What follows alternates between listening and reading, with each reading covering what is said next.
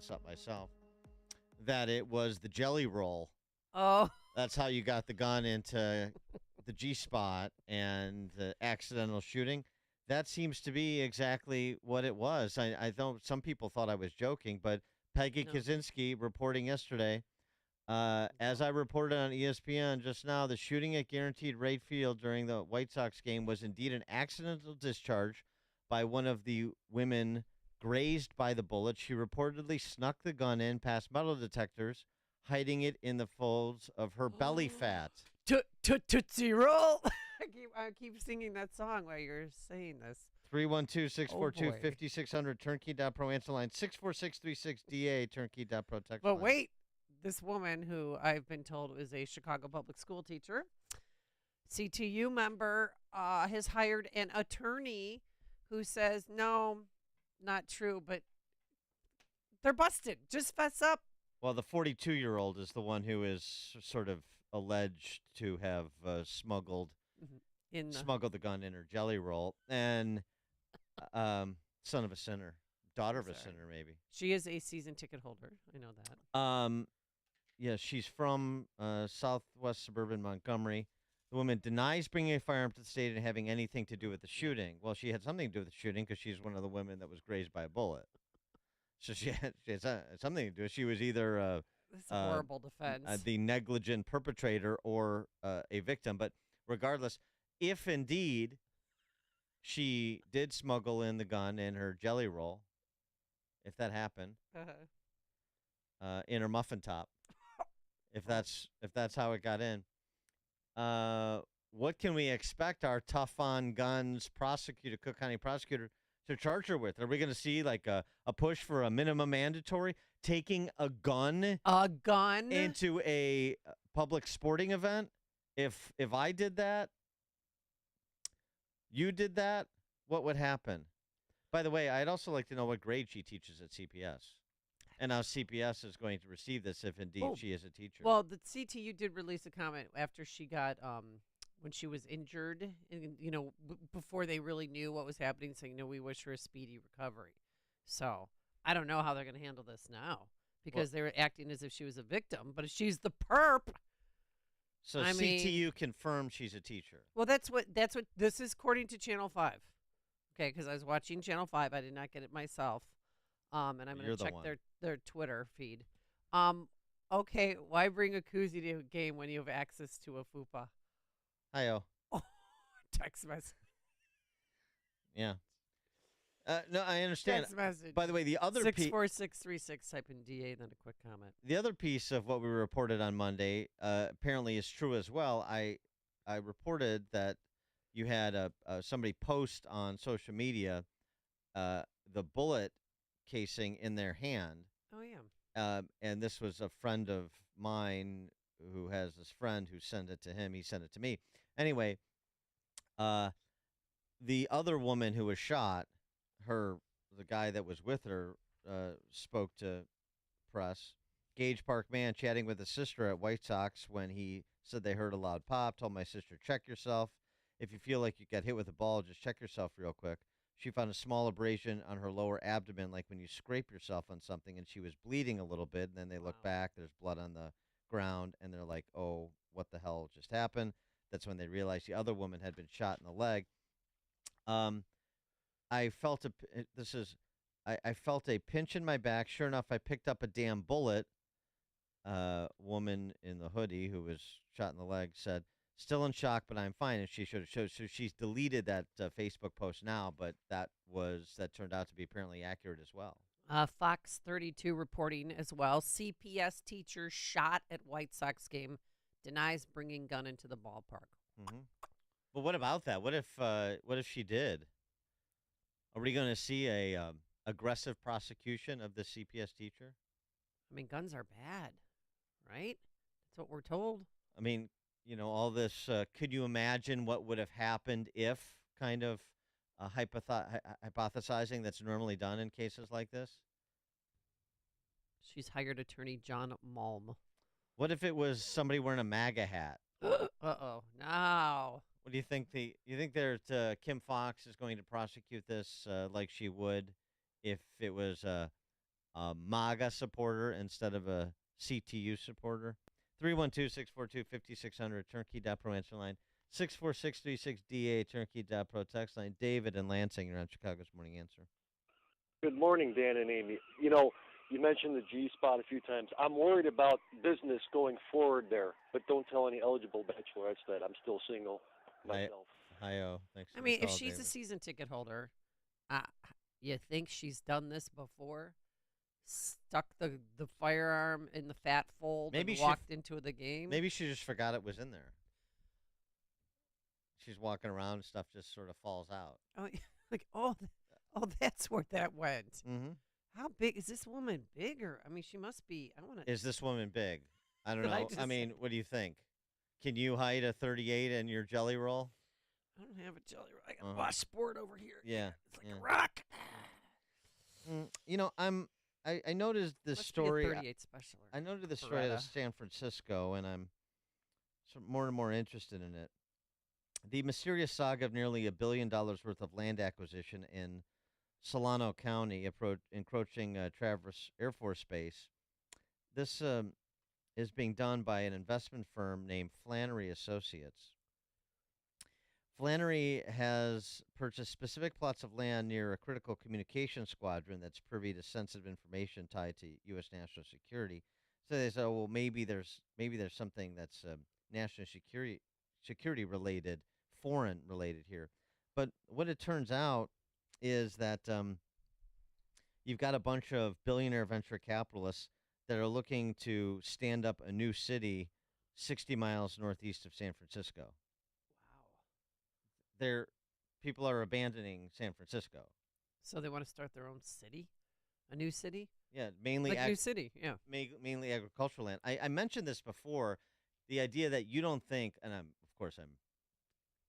paralleling this with Chicago. You don't think that cities can fail, and that ultimately people can just depopulate an urban center. It happened. It happened in South Africa. Maybe it's going to happen in San Francisco. Why was that happening in San Francisco? Well, because of things like this. San Francisco Police Officers Association has voiced its concerns over the local bakery named Reams, which has confirmed its policy of not serving any individual who is armed and in uniform. Oh, If you're a police God. officer, you're welcome to come in when you're off duty and you're not in uniform and not armed, but they can be armed even if they're. But I digress. You can't discriminate against officers Well- like that, or can you? Well, sure you can. They're not a protected class, but that's not the point, is it? The point is what that says about the sensibility when it comes to law and order in San Francisco, even as the city is disintegrating around this bakery and everyone else, as has been well documented. Even as you have billionaires saying, it's time to pull the ripcord, let's go buy land, let's start over. I we went to have dinner with a friend of mine after an event last night in the city. You're just here in between parties. Yeah, that's right. Okay. We walked over to Hugo's. Oh God, was anybody there? Yeah. Okay. But so we walked by this Starbucks on Division and Dearborn, and I say, what's going on there? Because it was open, but there's no tables and chairs. Oh, they have that. So that the one by my house at Ashland and Irving, in the afternoon they don't allow anybody to sit down or use the washrooms. You can just take orders to go because they don't want people basically camping out there. Yeah. If you know what I mean. Yeah, they're basically saying, They don't want. thank you for your order. Now take it and get the frack out. Yeah. Oh, that's Right. a lot of places now. Yeah, but that's my point. And And they learned it during COVID. Like, oh, this could work. yeah, but this is not COVID related. No, I know. This It's is a riffraff street related. peeps and loiterers related. A friend of mine from Old Town, I posted this picture because I hadn't seen that before. Oh, really? And she said, "You're absolutely correct. I live a block away. The place was a blank show. They got rid of the patio also and keep the bathrooms locked because junkies would just lock themselves in, shoot up, and pass out." Division and Dearborn. Cities disintegrating and cheerleading their disintegration. Arts does it because of the high school students getting out of school. They don't want them taking over the Starbucks, if you know what I mean. Those are basically street people these days. Aren't Hey, they? hey. Eric and 290. morning, guys. How are you? Good. When I was listening to Peggy Kaczynski yesterday, and she had mentioned that reporters were asking questions to Brandon Johnson about the shooting at the ballpark, and he turned down questions and refused to answer anymore. Right, and then why they that walked was. off. They canceled the press conference. Well, not canceled, but they left. And Brandon Johnson literally grabbed Fred Waller and just like, we're leaving. We're going. Right. Like, why can't our press just hammer him with more questions about it? It's almost like the story went away. Oh, I think Thanks for the Marion call, Ahern Eric. hammered him. Well, God, I your know. Marion Ahern love. I Again, know. I mean, I love. it's just. I'm just saying she's there and she's they- asking questions, and they were scared and walked away instead of just saying, "This woman brought the weapon, and we believe, and she accidentally shot herself." Just tell the truth. when do they know it, and what do they know, and when do they know it? I don't know, but to the extent that Brandon Johnson doesn't want to talk about it, probably has a lot to do with the apparent fact that the potential negligent party here is a CPS teacher, less than what actually happened in Comiskey Park or the G Spot or whatever you call it these days. All right, coming up on Chicago's Morning Answer. At 5:38, Trump is changing his tune about not locking up those people this next go-around if he gets there, 5:38. And later, the 6'2", 260-pound Kappa Kappa Gamma shall remain.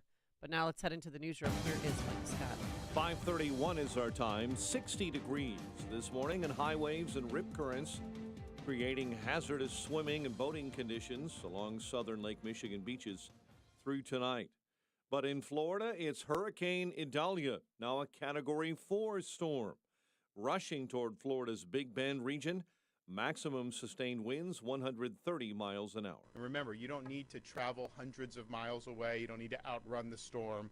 Simply in a shelter, with friend's house, hotels, any of that will work. Governor Ron DeSantis. WFLA reporter Trevor Sachaki is in Citrus County, Florida, where he says people are taking this storm seriously. Right now, the county is looking pretty good. Not too much flooding, although, we have this high tide that'll be coming shortly, but people are still waiting, and there's a lot of tension in the air right now. Storm is forecast to make landfall in a matter of hours, bringing with it a life-threatening storm surge of up to 16 feet in some areas. We are expecting strong tropical storm gusts in our area within the next 36 hours as Idalia comes ashore and makes its way across the northern part of the state. Jacksonville Mayor Donna Deegan.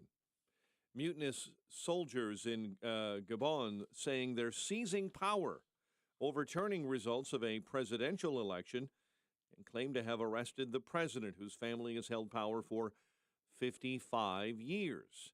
Crowds took to the city streets in the African nation, celebrating the end of Bongo's reign. Russian officials are accusing Ukraine of launching what appears to be the biggest nighttime drone attack on Russian soil since the war began 18 months ago. Miami Mayor Francis Suarez is suspending his GOP presidential campaign unofficially, the first candidate to drop out of the race for the GOP presidential primary season. Today is the 2-year anniversary of the last U.S. military flight leaving Afghanistan. The final departure came just days after then President of Afghanistan, his wife, and senior aides all fled the country. It also followed an attack on the Kabul airport that killed 13 U.S. service members. Chicago Fire Department is mourning the passing of one of their own. Lieutenant Kevin Ward died Monday night from injuries suffered after he became trapped in the basement of a burning home on the northwest side earlier this month. Indiana State Police have arrested two for a crash between a semi and a car on 8094 early yesterday morning. The crash happened in Lake County, the semi crashing into a median wall and overturning. The car that sideswiped the truck then came to rest in a ditch. A man and woman inside ran off. Troopers arrested 30-year-old Charlie Barrios of Michigan City and 35-year-old Tamia Baylor of Maryville. Baylor was arrested for lying to police, saying she was driving, and Barrios was arrested on drunk driving charges. CBS is set to air a special tribute to the late Bob Barker. Drew Carey will host The Price is Right, a tribute to Bob Barker on Thursday, featuring highlights from Barker's time hosting the game show, like his first episode, the first appearance of Plinko, and the final episode when he retired in 2007. Cubs put an end to the Brewers' win streak with a 1-0 shutout victory at Wrigley Field, while the White Sox were hammered again by the Orioles, this time losing 9-3. The news, a service of Dan and Amy 24/7, around the clock, all day, every day. Listen now, danandamy247.com. And a check of traffic and weather on the way next on AM 560. Dennis Prager isn't sure he recognizes his country. University of Chicago reports that 30 million Americans believe violence is justified to keep Trump from the presidency. It's 1 out of every 10 of my fellow Americans. To think that I share this country with such people is difficult. The Dennis Prager Show. Weekdays at 11, right before Charlie Kirk at 1 on AM 560. The Answer. Have you been struggling to find an easy, safe, and secure document scanning solution for Salesforce.com, Microsoft 365, SharePoint, or OnBase by Highland? Your struggle is now over, and it's time to get your documents and operations into the 21st century. With IoT Smart Connected Scanning, it's easy to turn physical paper into digital documents and have them directly uploaded to the cloud with IoT Smart Connected Scanning from IDT. And you don't need a degree in computing or IT to make it happen. Using QR code technology uniquely configured for your specific business, anyone can set the IoT Smart Connected Scanning device up in 5 minutes or less, saving your organization money and valuable time. Remote employees can even capture documents and send them safely and seamlessly. Organize documents efficiently and securely with IoT Smart Connected Scanning from IDT. To see a demo or to order now, go to ready4idt.com. That's ready4idt.com. Use promo code SMART and receive 10% off your order. IDT, putting paper in its place. If your money is not earning at least 5.25% tax deferred, you need to call Professional Life and Casualty. They're offering a 5.25% APY on new funds deposited into your annuity, traditional IRA, or Roth IRA accounts. Rate subject to change. Please call to confirm. With Professional Life and Casualty, you pay no surrender charges, no administrative fees, and no withdrawal fees. Professional Life and Casualty has been providing insurance and annuity products for over 60 years. Visit plcinsurance.com. plcinsurance.com. They'll send you a free guide to tax-deferred, no-fee annuity. Earn 5.25% APY on annuity, traditional IRA, or Roth IRA. Pay no surrender charges, no administrative fees, and no withdrawal fees. Only from Professional Life and Casualty. Call 1-800-651-1800. That's 1-800-651-1800. A great smile can make you feel happy and confident. So when you consciously conserve your teeth, that glowing smile will show through. At Best Dental Group, Doctors Economos, Gavalis, and their staff are ready to help you create that perfect look or maintain the one you have now. Along with general dentistry, Best Dental Group is a multidisciplined practice with an orthodontist, periodontist, and prosthetic specialists on site. They use the newest breakthroughs in dental technology, such as titanium implants, Invisalign clear braces, and laser treatments. Don't let fear get in the way. They can recommend sedation to make your experience as comfortable as possible. Best Dental Group is located in historic downtown Bartlett and is a multilingual office. Call 630-830-4930. That's 630-830-4930. Or visit bestdental.org. Best Dental Group, sharing your conservative values and helping you to conserve your teeth. Are your wiper blades chattering, skipping, or squeaking? Purchase new wiper blades from O'Reilly Auto Parts and they'll install them for free. Stop by today or learn more at O'ReillyAuto.com. It is 5:38, Team Hochberg Traffic Center time. Let's get an update on the roads. We'll start on the inbound Kennedy.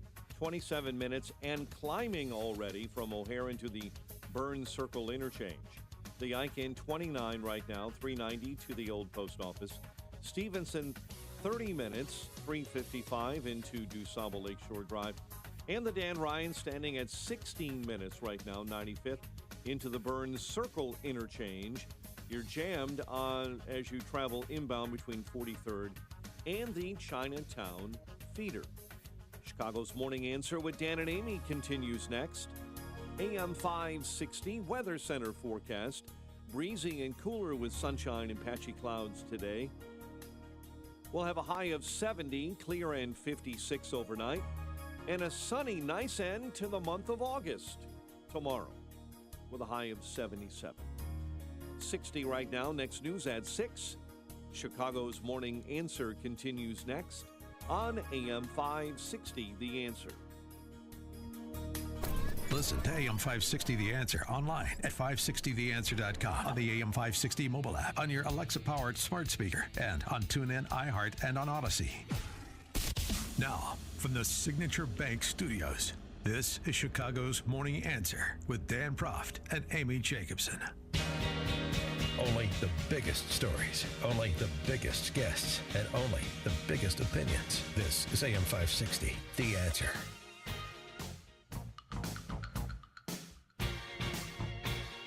Top of the morning, Dan and Amy. As long as polling data like this continues to come out, you're not going to have much of a primary. You're going to go through the process on the Republican side, perhaps on both sides, but you're not going to have much of a competitive primary. John McLaughlin, who's a longtime Republican pollster, just released a survey that finds Donald Trump leading Joe Biden 47-43. In the battleground states, Trump's lead is beyond the margin of error, 49-41. That's 1,000 likely voters, plus or minus 3.1%. 49-41 in battlegrounds. That would be an electoral landslide if he won those battleground states that those numbers reflect. Joe Biden's approval rating, 43-55, upside down.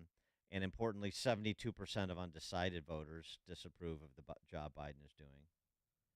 So most of that is effectively a de facto vote for Trump at this stage. Snapshots in time. Things can change tomorrow. But it just gives you a status of where things are at after 4 indictments of this guy. That tells you that it's more than just Republican dyed-in-the-wool Republican primary voters who are looking at these indictments with a jaundiced eye. 67% of voters believe the country's on the wrong track. 2/3. 83% of undecided presidential voters say it's on the wrong track. Bad numbers facing an incumbent. 2/3 say the economy's getting worse. 4/5 say they've been negatively affected by inflation. The only person whose numbers are worse than Joe Biden is Kamala Harris. Yeah, what's her approval rating? 37-54. It's amazing that there's 37% of the people who look at her and say she's doing a bang-up job. I think they were lying. Buses go here and buses go there because that's what buses do. That's what choo-choo. Wheels on the bus go round and round. Bidenomics, 22% of voters have a favorable impression of whatever Biden calls Bidenomics, to 46% unfavorable. Trump is winning on the issues that matter, from security to crime to economics and inflation. I mean, think about it. When he was president, a 30-year fixed mortgage rate was 2.75%. 2.5, 2.7, and now they say it's going to go past 8%. There's something else, and this is from another poll that was released this week. This from the Associated Press. Almost 4/5 of voters, 77%, say Biden is too old to be effective for 4 more years. That's 89% of Republicans saying that, but also nearly 70% of Democrats. Not really new, but nonetheless, it becomes a bit of a millstone around his neck. It's not that everybody is voting based on that. I mean, conscious and not necessarily their priority. Those are just bad numbers. So I know this is what stokes the idea that Biden is going to duck out when the time comes and, enter Gavin Newsom, and they'll try to have a nice transition for the preferred nominee to supplant Biden. But again, you have Biden Incorporated with problems, legal problems. And the way to make those legal problems go away is to stay.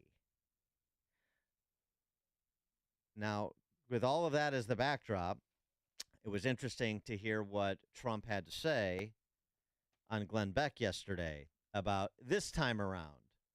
You said lock her up, and then you said it's okay, she walks away. We don't do that in this country.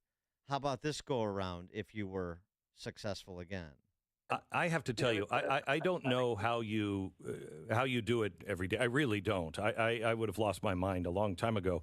You said in 2016, lock her up. And then when you became president, you said, we don't do that in America. That's just not the right thing to do. That's what they're doing. Do you regret not locking her up? And if you're president again, will you lock people up? Well, I'll give you an example. The answer is you have no choice because they're doing it to us. I always had such great respect for the office of the president, the presidency, but the office of the president, and I never hit Biden as hard as I could have. But this time around, you're going to have to because they're doing it to us. Well, maybe hopefully he's been mugged by reality, and I'm not saying trump up charges or direct people to find something. I'm saying, based on what we know, just continue going where the House Oversight Committee is, wherever the facts lead, and whatever evidence is presented of any criminality, it should be taken up at whatever level is appropriate, most notably because we're talking about largely foreign business dealings at the federal level.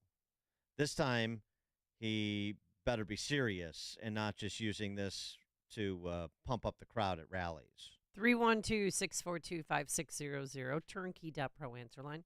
You can also reach us all morning long at 64636. Type in DA, then a quick comment. Now, again, this is not an endorsement of Trump. It's just a description of the political landscape as it exists. And again, John McLaughlin is a respected pollster, been around for a long time. So you can believe the poll numbers or not. All the caveats about it being a snapshot in time and things can change very quickly. But it is interesting to see where Trump stands vis-a-vis Biden after what we believe will be the final indictment of this election cycle, but who knows? But after 4 indictments, nonetheless. Alex in West Dundee, you're on Chicago's Morning Answer. Yeah, all of this doesn't matter. Trump won that last election by a landslide till 12 o'clock at night. Suddenly everything flipped, and that was a trial balloon. And then you got the never Trumpers, Mitch McConnell, Romney, and all of those guys. They'll never back a Republican president. So how do you win 80% of the counties and lose the election? Thanks for the call, Alex. Well, it's population. That's one explanation. I'm not saying there was not skullduggery and that they didn't steal it fair and square in 2020, that it wasn't rigged, but population. How do you win, 3 counties or 4 counties in Illinois and win the state? Because you win the counties that have 60% of the population. That's how. And you win them by a certain spread versus the spread in the other 97, 98, 99 counties. We've seen that happen here. So I've said this before, but let me emphasize, people who are saying Republicans cannot win this election, the Republican nominee, whether it's Trump or somebody else, cannot win this election, need to be disabused of that notion. It's not productive. Please, yes. It's not productive.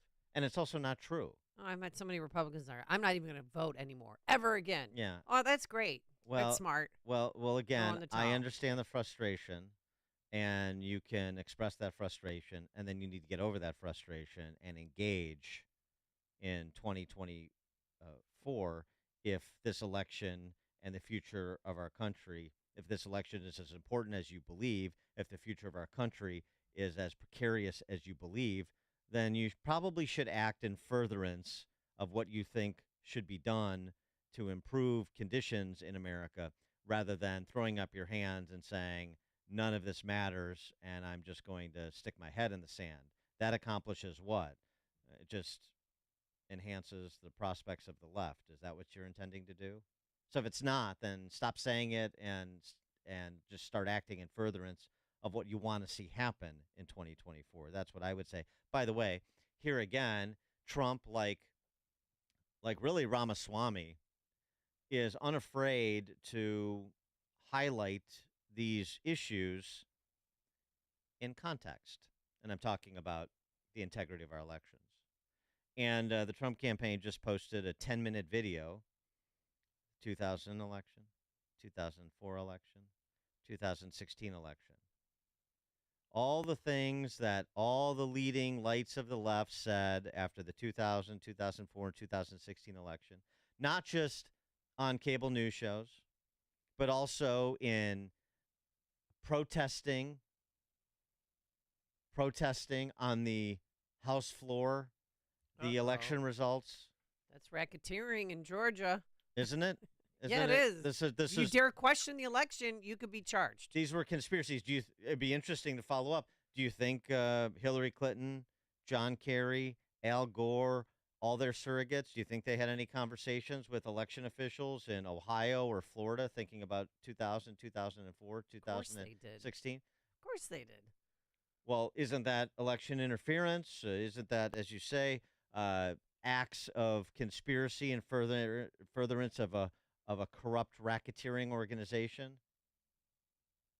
Or do you have to talk to state and local officials who decide to stand up alternative elector slates? And that's the linchpin.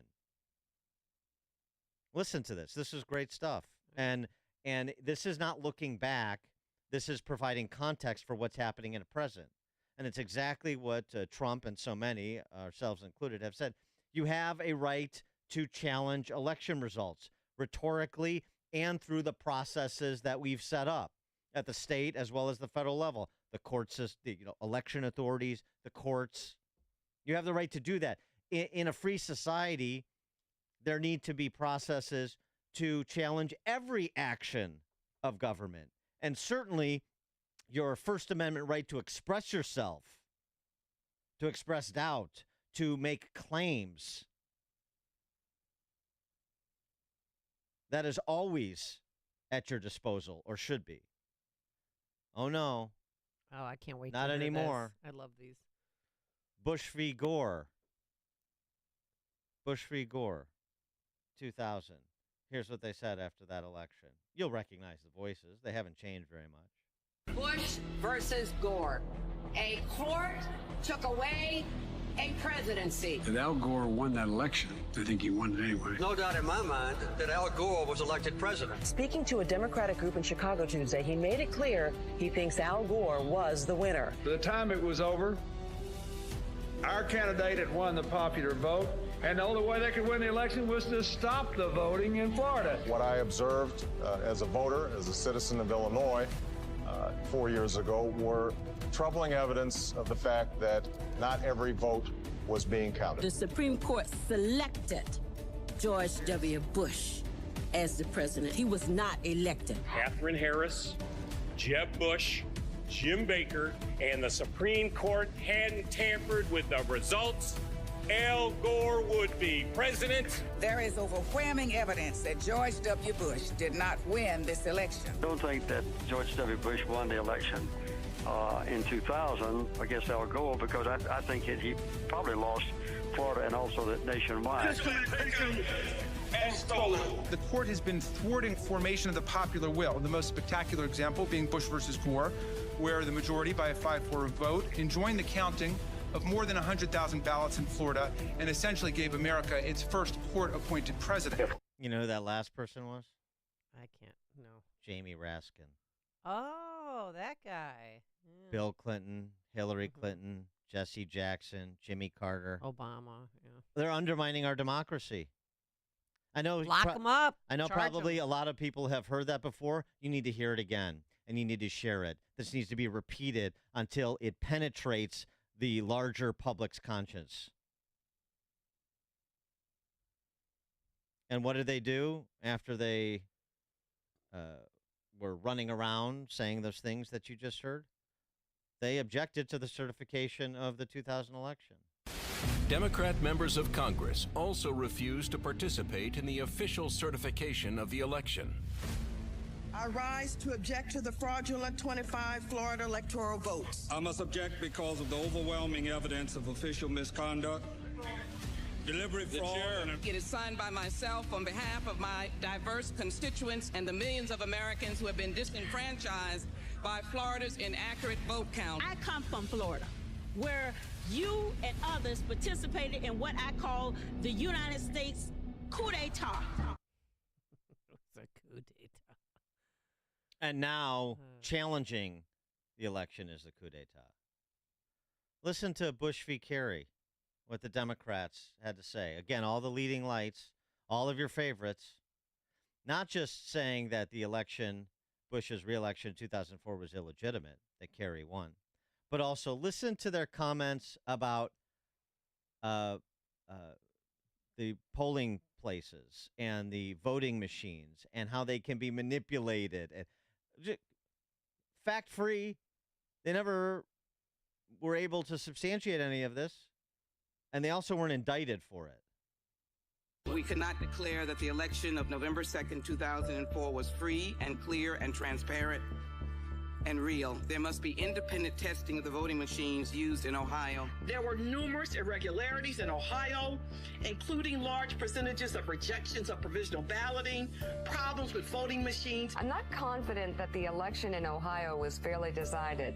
We know that there was substantial voter suppression, and the machines were not reliable. Some machines malfunctioned, causing votes to be counted more than once, or not at all. As we look at our election system, I think it's fair to say that there are many legitimate questions about its accuracy, about its integrity. There are still legitimate concerns over the integrity of our elections. The question, obviously, is how many instances were not caught that we don't know about. Number one, we've seen a lot of what I call honest glitches where it just didn't work right.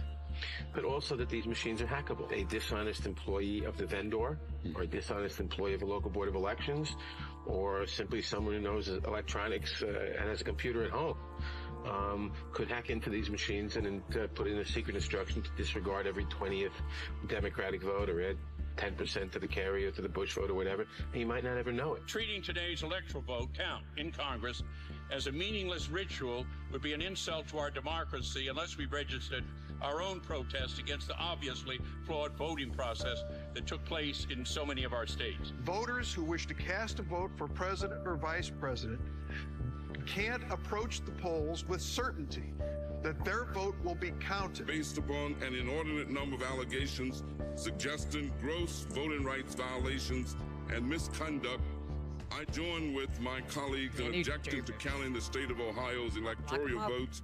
Charge them all.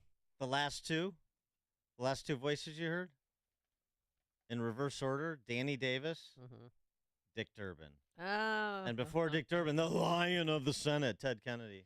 I mean, I don't think maybe they're doing more than inquiring about an election. Oh, definitely conspiracy. Jerry Nadler just making up stuff. An employee could have manipulated this. They could have done this. They could have done that. This is all taken as very seriously. Very serious. This needs investigation. Today, insurrection, threat to the democracy.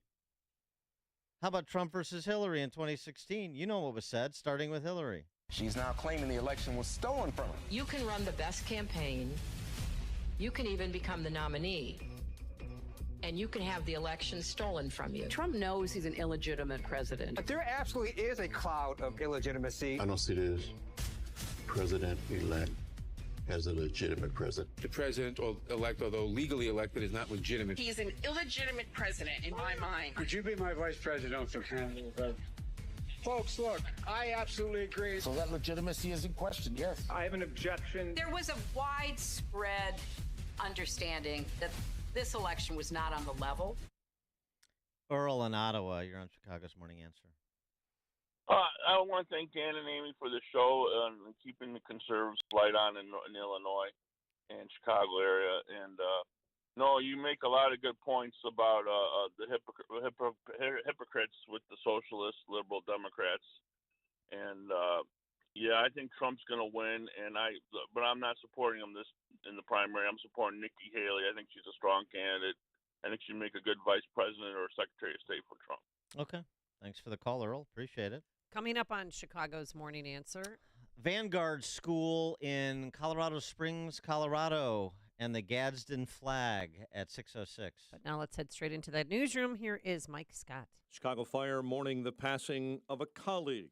Chicagoans voicing frustrations over unusually high water bills. And the Bears' initial 53-man roster is set. WIND Chicago News Time, 6. A monster is closing in on Florida. I'm Dave Anthony, Fox News. Hurricane Idalia is a Category 4 with 130-mile-an-hour winds. Do not go outside in the midst of this storm. Governor Ron DeSantis. We have already had 11 tornado warnings, and there are more tornadoes possible. Idalia's landfall is in the next hour or two around Keaton Beach on the Gulf Coast. Just southeast of Tallahassee on the Panhandle and the Big Bend. The Big Bend where it turns, the peninsula turns north of me. Very rural areas, fishing villages, forests. There's going to be a lot of downed trees and a lot of flooded areas with cars that'll be swept away, unfortunately. If people have not left that area, they're in deep trouble. Fox Weather's Robert Ray is standing in storm surge flooding in Clearwater Beach. We expect potentially up to 7 feet we could see here as an outer band is following the eye of Idalia, and it's making its way through here right now. Idalia will next move into Georgia and the Carolina coast. More damage and flooding could occur. A Russian attack in Ukraine's capital has left 2 people dead in Kyiv, while Ukraine launched its biggest drone attack inside Russia since the invasion, damaging an airport. There's been another coup in Africa. A month after Niger's president was ousted, military leaders in Gabon have taken control, nullifying last weekend's election that gave President Ali Bongo a 3rd term. Some people celebrated in the streets of Gabon's capital. The Bongo family's been in power for 55 years. A week after the first presidential debate, a Republican who wasn't there, didn't qualify, has dropped out. Mayor Francis Suarez of Miami. 12 candidates are still in this race, including Larry Elder, Will Hurd, and Perry Johnson, but none of them qualified for the first debate last week in Milwaukee. And with a higher threshold set for the next one in California, the stage is expected to shrink even more. Fox's Brooks Singman. That debate is September 27th. America's listening to Fox News. Greetings, Sebastian Gorka here for years. 60 degrees this morning. At 6:02 on AM 560, The Answer. Good morning, I'm Mike Scott. High waves and rip currents create hazardous beach conditions along southern Lake Michigan through tonight. Chicago Fire Department is mourning the passing of one of their own. Lieutenant Kevin Ward died Monday night from injuries he suffered when he became trapped in the basement of a burning home on the northwest side earlier this month. The lawyer for one of the women wounded in a shooting at Sox Park last Friday is denying reports that she brought a gun into the ballpark. You may recall one woman was shot in the leg. Another woman suffered a graze wound to the abdomen. The attorney for the woman says she denies bringing a firearm into the stadium. Homeowners voicing frustrations at City Hall over unjustified water bills, some figured at thousands of dollars. At a Finance Committee hearing, aldermen in the city water department were raked over the coals by residents, dealing with a department interested, it appears, only in collections, not fixing problems. I figures with non-usage, I refused to pay it because I didn't think it was right. Frustrated residents telling the Finance Committee they were mailed bills for water they did not use. Alderman Gil Villegas sided with the consumers who ended up, many of them, paying the sky-high bills and with no end in sight to water department mismanagement. Listen, government isn't perfect, and we understand that. And I think it's incumbent upon us that once we do discover that there are issues, that we fix it. In the end, the Finance Committee offered little in the way of solutions to the growing problem. State and local health officials are unable to determine the source of 3 Legionnaire's disease cases in the town of Findlay, Illinois. All 3 were reported between July 30th and August 4th. Illinois lottery officials are hoping for the winner of an $800,000 Lucky Day lotto ticket to come forward. The ticket was bought at a Piggly Wiggly supermarket in Antioch. Lottery officials say someone bought that $8.9 million ticket from the same store back in April of 2021 as well.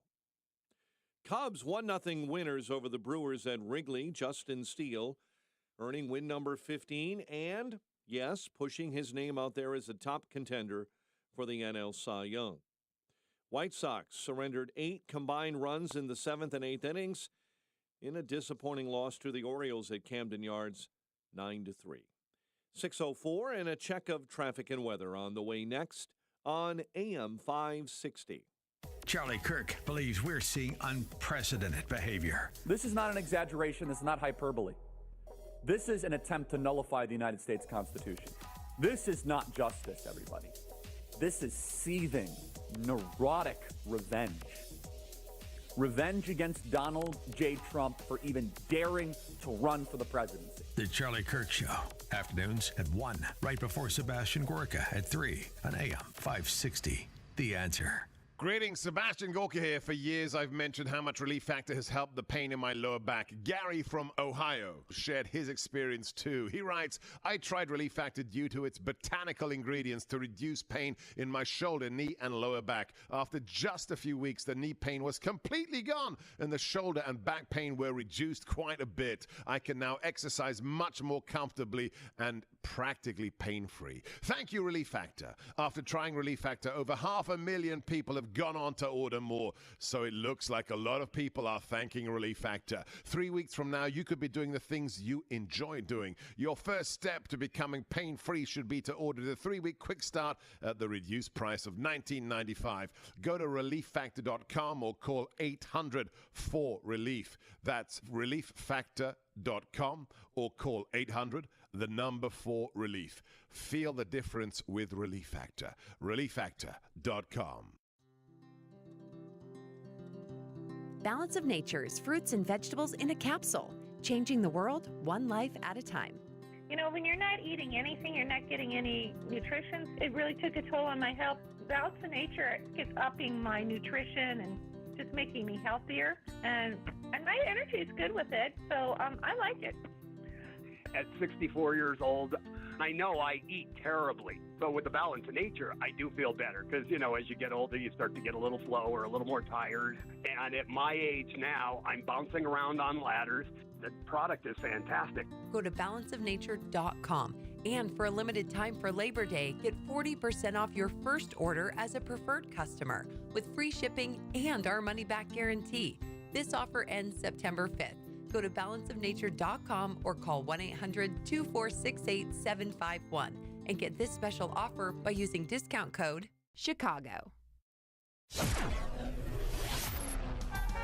6:07 and a look at the roads. Team Hochberg Traffic Center time is a service of our friends at the Pride Stores. 17 locations throughout Chicagoland. That includes Taco Urbano or Urban Counter restaurants. Stop by their newest location, the Pride of Kane County in St. Charles. Kirk and Maine. Pride Stores, not your typical convenience stores. 20 minutes inbound Edens, Lake Cook Road to the junction. Outbound side, watch for an accident right shoulder between Wilson and Cicero. 38 minutes on the inbound Kennedy commute, O'Hare into the Burn Circle interchange. Ike inbound 40 minutes from 390 into the old post office. Dan Ryan, 14 minutes, 95th into the Burn Circle interchange. Delays on the Bishop Board. It's slamming solid Stony Island feeder into the Ryan merge. Chicago's Morning Answer with Dan and Amy continues next. AM 560 Weather Center forecast with our meteorologist Steve Williams. Sun, patchy clouds, breezy, cooler day. High today at 70. Clear tonight, low 56. Sunny, terrific day tomorrow. The high 77. And then sunny and warmer Friday. The high Friday reaching 84. I'm Steve Williams on AM 560. The Answer. 57 degrees at O'Hare. Your next news update, 6:30. Chicago's Morning Answer continues next on AM 560. The Answer. This hourly segment is brought to you by The Money Hour Radio Show, Saturday afternoons at 3. Brought to you by Pure Shale Financial Group at PureShaleFinancial.com. Listen to AM 560 The Answer online at 560theanswer.com, on the AM 560 mobile app, on your Alexa-powered smart speaker, and on TuneIn, iHeart, and on Odyssey. Now, from the Signature Bank Studios, this is Chicago's Morning Answer with Dan Proft and Amy Jacobson on AM 560 The Answer.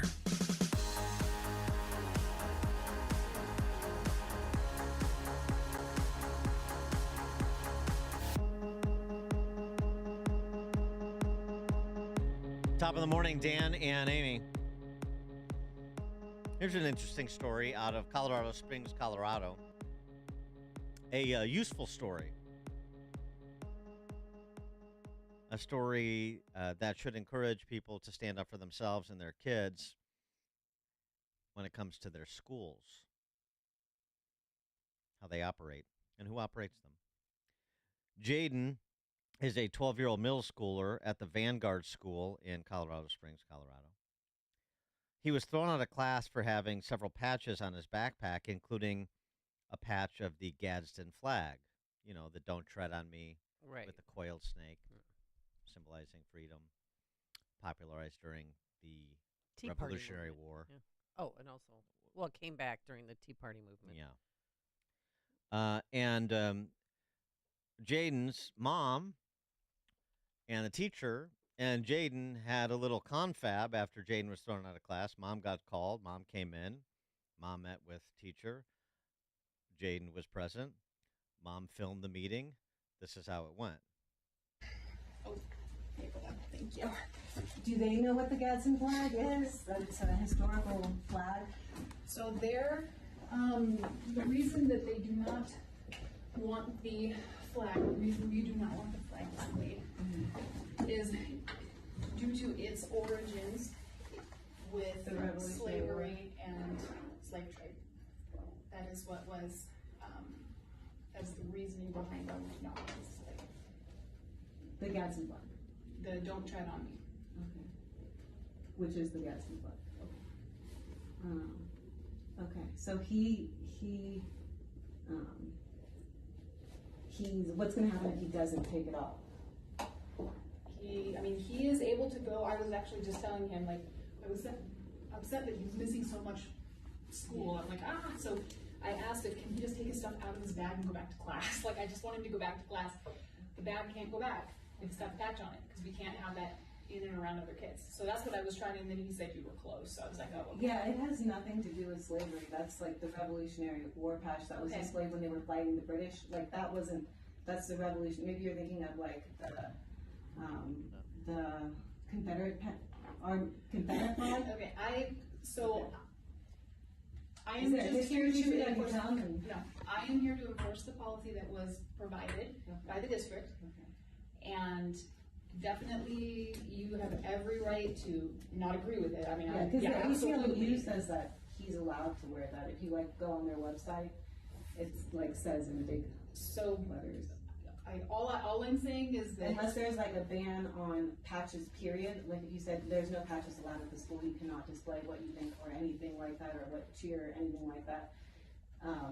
I think it's like one-sided, you know, because you allow some patches but not other patches. Kids have patches like other names and like the American flag and backpacks. Yeah, that was like flown during the revolution with. I just don't understand that at all. So what I can do is and if you go onto the ACLU's website, let's talk to someone. I I can don't have want you a speak lawsuit. I really don't. I can have you speak to Jeff Yoakum again. Okay. And then he can refer you to our person at the district. Okay. Because, like I said, we're following district policy, is what we're doing. So, the last thing I want is him out of class. Yeah, I know. That's all He the last takes thing I his want. classes seriously. Yes. He studies. He wants to get straight A's. He did that. He made honor roll when he was here before. Yeah. He intends to do that again right now, but it's hard because he keeps missing class for this. So I understand that. Yeah, and I mean, we teach him to always stick up for your beliefs. And I mean, you're going over the revolution for 7th grade. I mean, the founding fathers stood up for what they believed in against unjust laws. This is unjust. Okay, like I said, we're upholding a policy that was provided to us, which we have to uphold. Okay. Can you show me where the policy?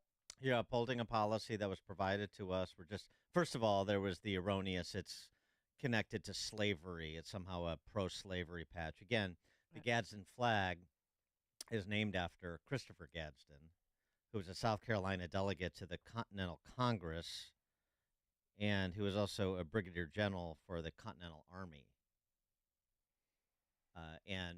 The coiled snake was a symbol that was used by the 13 colonies, a symbol of unity among the 13 colonies. Don't tread on me. A message to the king. 312-642-5600, turnkey.pro answer line. 64636DA, turnkey.pro text line. If it was a hammer and a sickle, would they have said anything on the patch? Jaden, this 12-year-old, he's going places.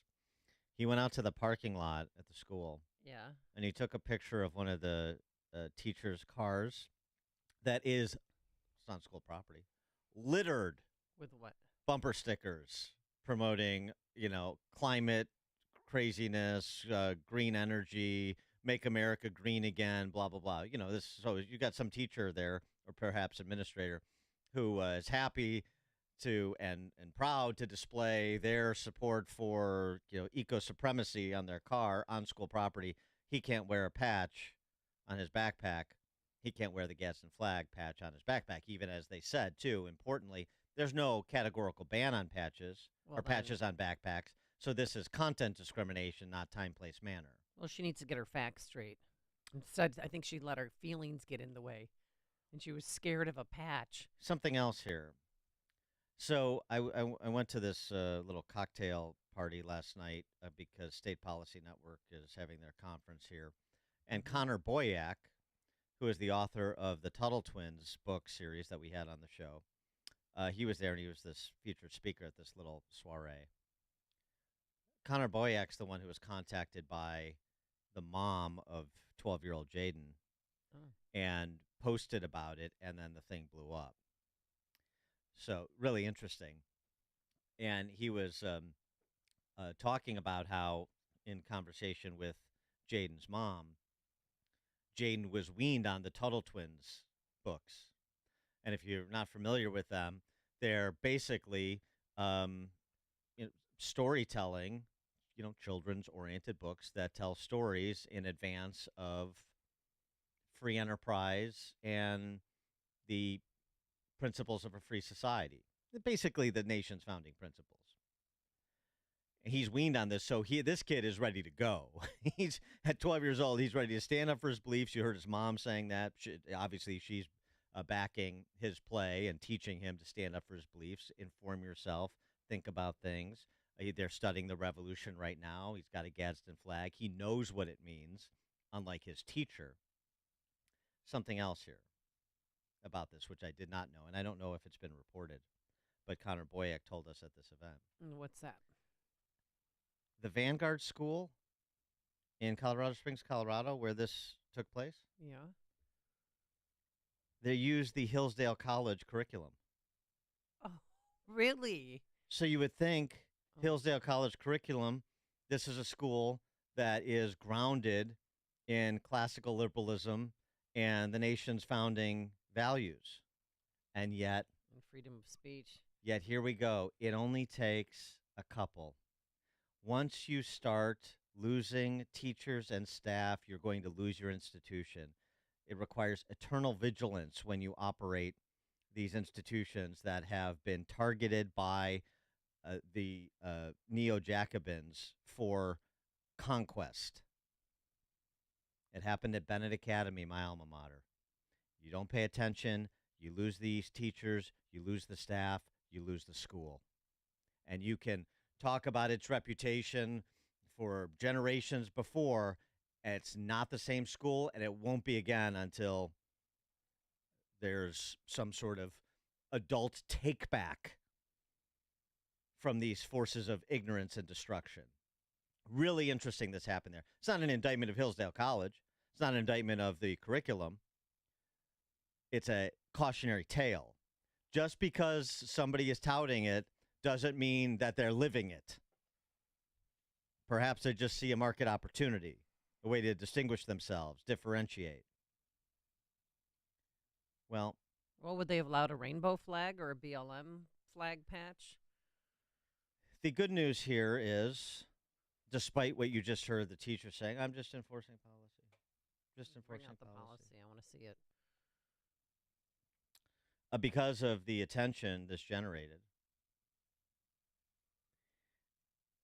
Upon learning of these events today, the Vanguard School Board of Directors called an emergency meeting. Oh, you did? From Vanguard's founding, we have proudly supported our Constitution, the Bill of Rights, and the ordered liberty that all Americans have enjoyed for almost 250 years.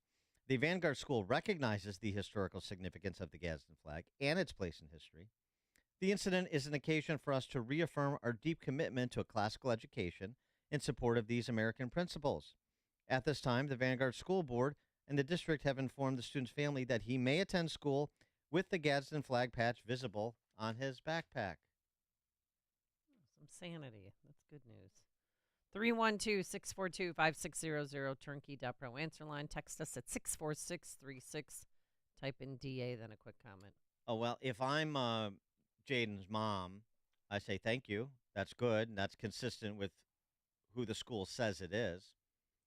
But there's one last order of business. The teacher who kicked Jaden out of class, who doesn't know what the Gadsden flag symbolizes, and apparently she's teaching, it seems to me she's teaching the American Revolution at present, or if she isn't and she was just an administrator, still, how do you have somebody on staff that's ignorant? She invokes a policy that apparently doesn't exist because you just said it's okay. So what are you going to do to that teacher? Because you can't let up. You cannot give that teacher you heard in that exchange with Jaden's mom, you cannot give her a pass. Because then you haven't cut out the cancer, have you? But it is a story that should remind everyone, understand who people say they are and what they say they're going to do and hold them to account for it. And stand up for your kid and stand up for the principles of this nation's founding and challenge these quote-unquote authorities. You think these teachers and administrators are sort of content experts across the board? Very few are. You don't think that somebody in a school committed to a classical, liberal, small L education can be wooed by the left, an enemy inside the perimeter? Of course that can happen. Here's an example. Eternal vigilance. There is no place that the left will leave untouched. They will insinuate themselves into your children's lives in particular in every place and every way they can. Tony in Riverside, you're on Chicago's Morning Answer. Ann and Amy. I think the mother, though, missed an opportunity. I would have because they're so arrogant, I would have said, you know what, it's worrisome and concerning that you're an educator that doesn't know the history of this symbol. Yeah, thanks for the call, Tony. George in Naperville. Yeah, what if the kid had a marijuana plant patch? How would they feel about that? Yeah. Thanks for the call, George. Well, again, you just heard from the school board. It's basically saying, without saying it, yeah, we're not doing content censoring. We're time, place, manner. But if you allow patches, you allow patches within certain parameters. Phil and Darian. Hey, good morning, guys. Dan, listen, Amy just asked you a question a few minutes ago. Would they allow a rainbow or a BLM flag? Now, listen, we all know the answer to the question, but I want to hear you say it, Dan. Have a nice day. Thanks for the call. It's not obvious to me, based on what the school board did. It's not obvious. But, I mean, in terms of them saying, taking the position that BLM or rainbow flag, we allow students to express themselves politically in this school. And if they want to express themselves politically through patches, Gadsden flag, BLM patch, LGBTQ patch. Go ahead. We classical liberals, we conservatives, are not in the business of censorship. Time, place, manner restrictions, fine. Content restrictions, not so much. So that doesn't bother me. I'm not requiring that students agree with the all of the values laid out by the school. You're allowed to disagree. You want people to disagree. Because if you silence them, they're never going to be open-minded about your views. You should have these arguments, hash things out. That's what Jaden did. He didn't just accept what was handed down. He challenged it. Mom challenged it. But don't get into the business of being them. You support BLM? Then go ahead. Tell me why. And I'll tell you why you shouldn't. Tom in Deer Park. Good morning, Dan and Amy. Thanks for taking my call. I'd like to talk about the Gadsden flag. I'm actually holding a coffee cup, an old one, emblazoned with it. I was a Tea Party movement guy. I bought the Gadsden flag that you spoke of, and I used to display it sometimes in our home or sometimes at our farm. And then people would ask, like, what is that? Is that some radical thing? I articulate it very much like you did. However, things take a turn. Some darker forces kind of took it. I remember at the Michigan Capitol with those guys running around openly displaying ARs, carrying it, and then it was openly displayed at the Capitol on January 6th. So I've had mine folded up for about 3 or 4 years, and I'm hoping I can bring it out again in this generation. But right now, to my mind, it's got a bad connotation. I wonder if you would agree with that assessment or how you feel about that. No, I don't. I don't agree with it. I completely disagree with it. I 100% disagree with it. I couldn't disagree with it more. Because somebody uses a symbol in a way that is contrary to the meaning of that symbol, or the values that are laden in that symbol, doesn't impugn the symbol. It impugns the person who's bastardizing it. Somebody commits a crime and invokes scripture in the commission of a crime. Does that undermine the truth of the Bible, of the word? No. It just impugns the person who illegitimately tried to cover his sin with the good word. You see? So no, not at all. Craig in Woodridge. Good morning, Dan and Amy. Thank you for having me. Just wanted to mention my wife was buying my birthday present at the Bass Pro in Bolingbrook, and there's a lady who had a cart, and she was removing all of the coffee mugs that had this flag on them. I was fortunate enough to get 6 of them, but apparently they're destroying them. Mm-hmm. That's all I had to say. Thanks for the call. That's corporate America, which is why schools like the Vanguard, ostensibly committed to a classical liberal education, are so important and too few in number. Matt, South Bend.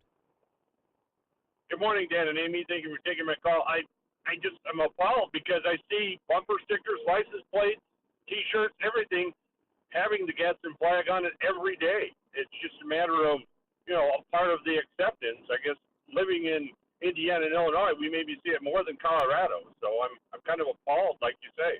Thanks for the call, Matt. Babylon B reporting the Democrats have unveiled a response to this. They have the Tread on Me flag. With rather than a coiled snake symbolizing freedom, they have a boot signalizing tyranny. Tread on me. So there you go. Somebody else at the school, get one of these Tread on Me flags the Babylon Bee is having fun with. This is Chicago's Morning Answer. Your show keeps me alive during the week. There's nobody I'd rather listen to between 5 and 9 in the morning than you guys. On AM 560, The Answer.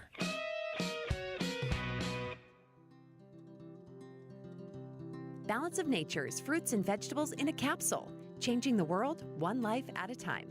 When you're not eating anything, you're not getting any nutrition. It really took a toll on my health. Balance of Nature is upping my nutrition and just making me healthier. And my energy is good with it, so I like it.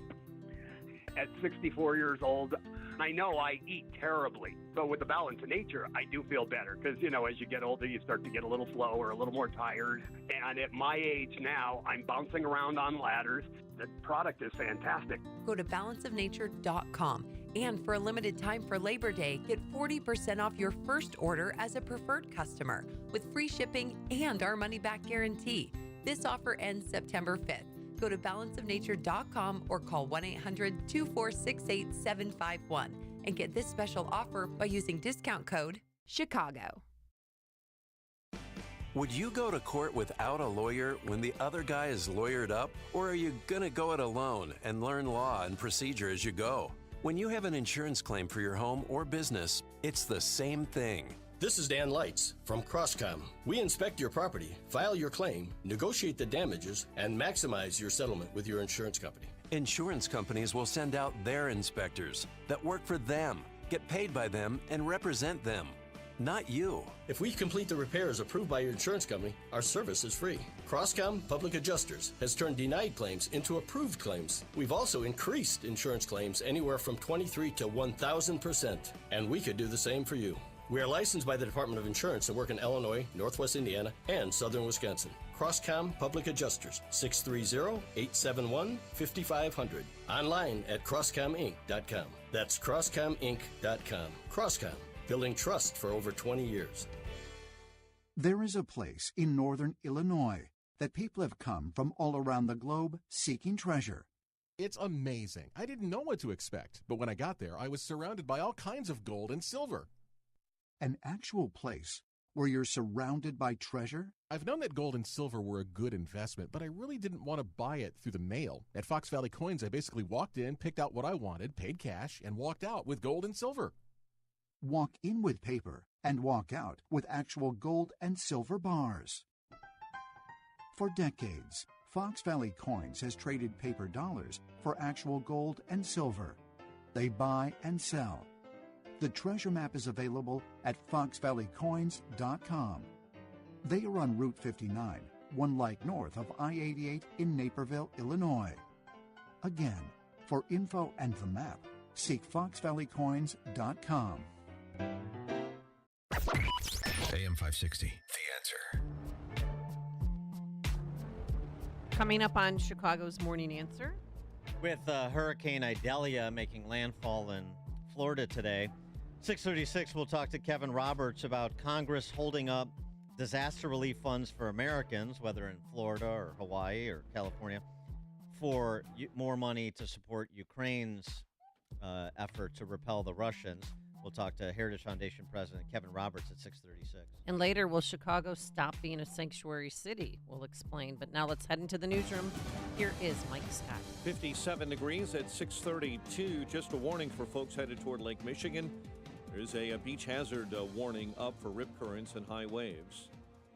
But in Florida, it's Hurricane Idalia strengthening to a Category 4 hurricane overnight, now battering the state of Florida, bringing catastrophic damage to some areas in the Big Bend of Florida. Governor Ron DeSantis. We currently have 54,000 households that are out of power throughout the state of Florida, but there have been over 100,000 households that have already been restored through hard work all through the night. The storm is set to make official landfall later this morning when the eye crosses the Big Bend area, and exceptionally high tides are hitting Tampa Bay at the same time as that storm. The high tides are known as king tides because of the full moon, and then a little more help from the hurricane. Russian officials and news reports say Ukraine has sent waves of drones deep into western Russia in nighttime attacks that lasted 4 hours and struck military assets. The barrage today appeared to be the biggest Ukrainian drone attack on Russian soil. Delta Airlines says nearly a dozen had to be hospitalized after a turbulent flight from Italy to Georgia. Over 150 were on board that flight that landed late Tuesday night in Atlanta when severe weather hit that area. The University of North Carolina grad student accused of killing a faculty member is being held without bond. The suspect is facing felony charges of first-degree murder and possession of a firearm on educational property. UNC Police Chief Brian James says Tai Lei Chi made his first court appearance Tuesday. He's charged with first-degree murder. Louisiana Governor John Bel Edwards says help is coming from all over the country to fight the Tiger Island fire. The blaze burning for about a week. About 33,000 acres have been burned.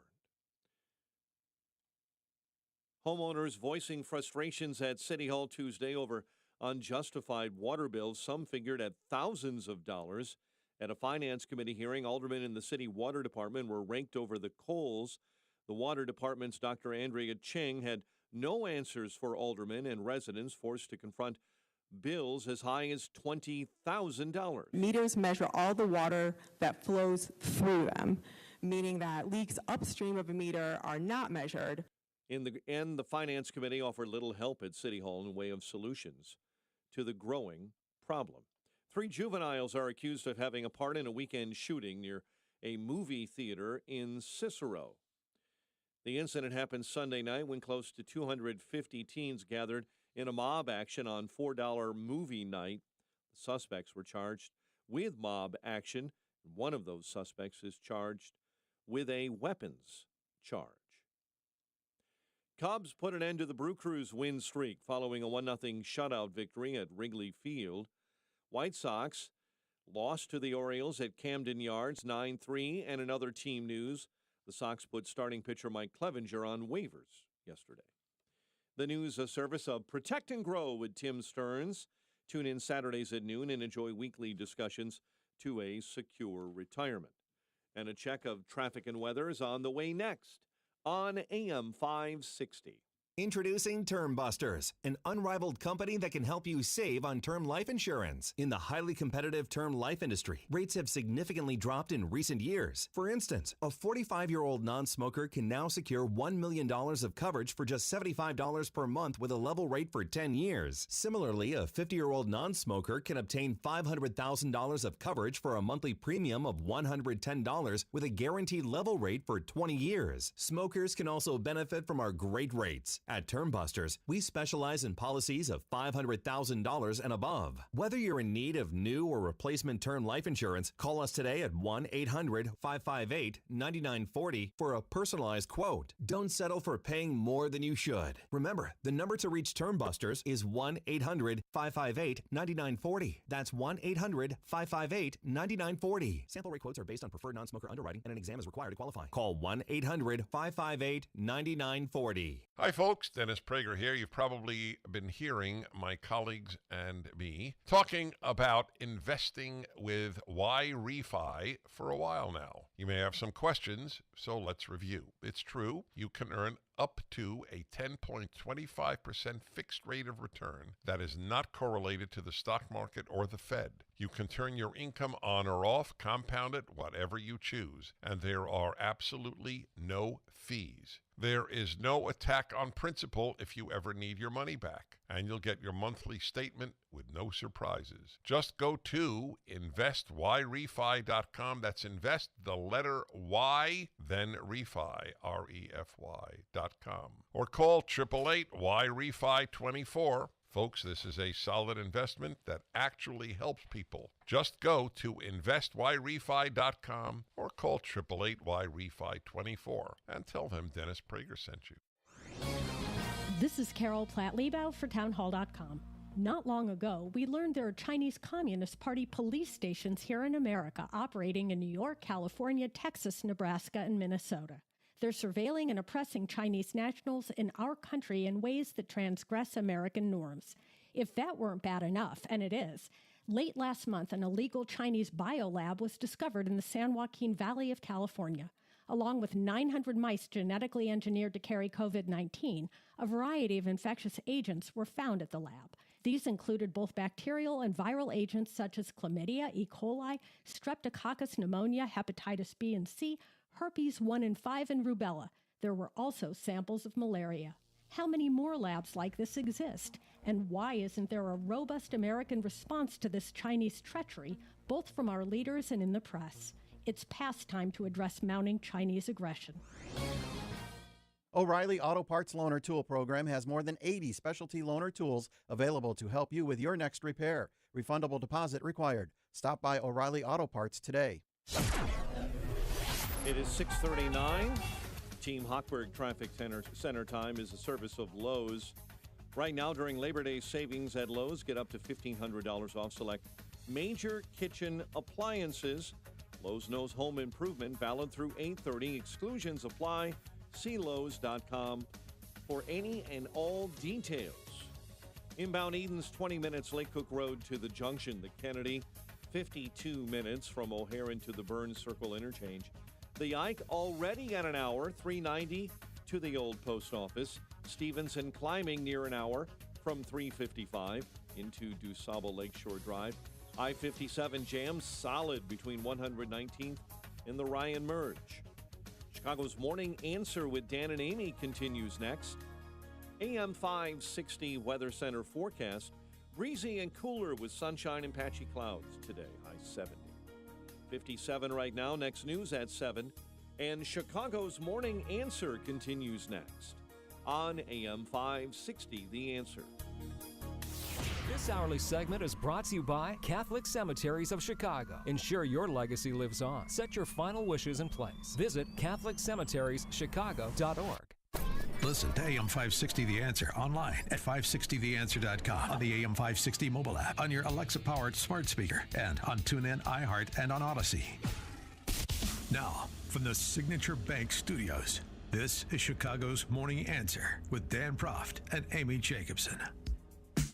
If you're looking for the latest news, insight into what it means, and the sharpest opinion, there's only one station in Chicago where you can turn, and it's this one. We're AM 560, The Answer.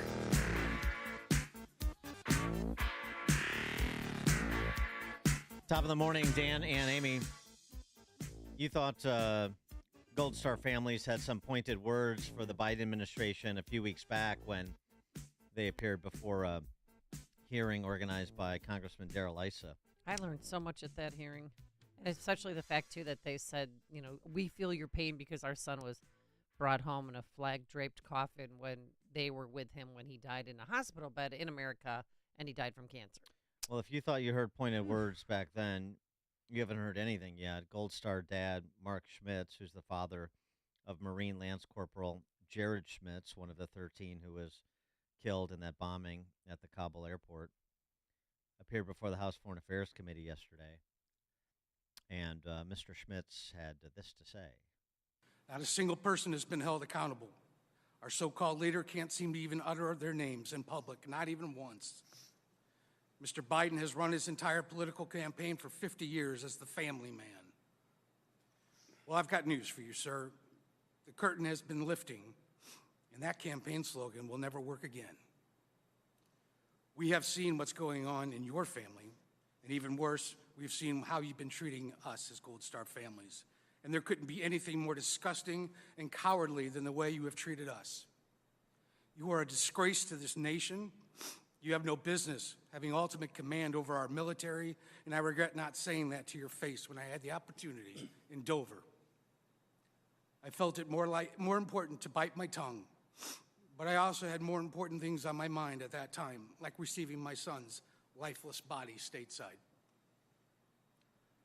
While I stood there on the tarmac, watching you check your watch over and over again, all I wanted to do was shout out, "It's 2:30. But out of respect to the other grieving families, I bit my tongue once again. Well, as you could probably tell by now, I'm done biting my tongue.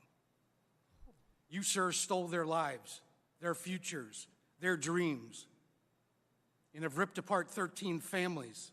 You cannot even man up and admit that. You, sir, gave us all the title Gold Star family. You, sir, discredit honor and integrity. 2 years later, there are things I find myself thinking about. Where and what was Biden's logic sneaking out of Bagram in the middle of the night before ever getting a single Afghan partner or American civilian out?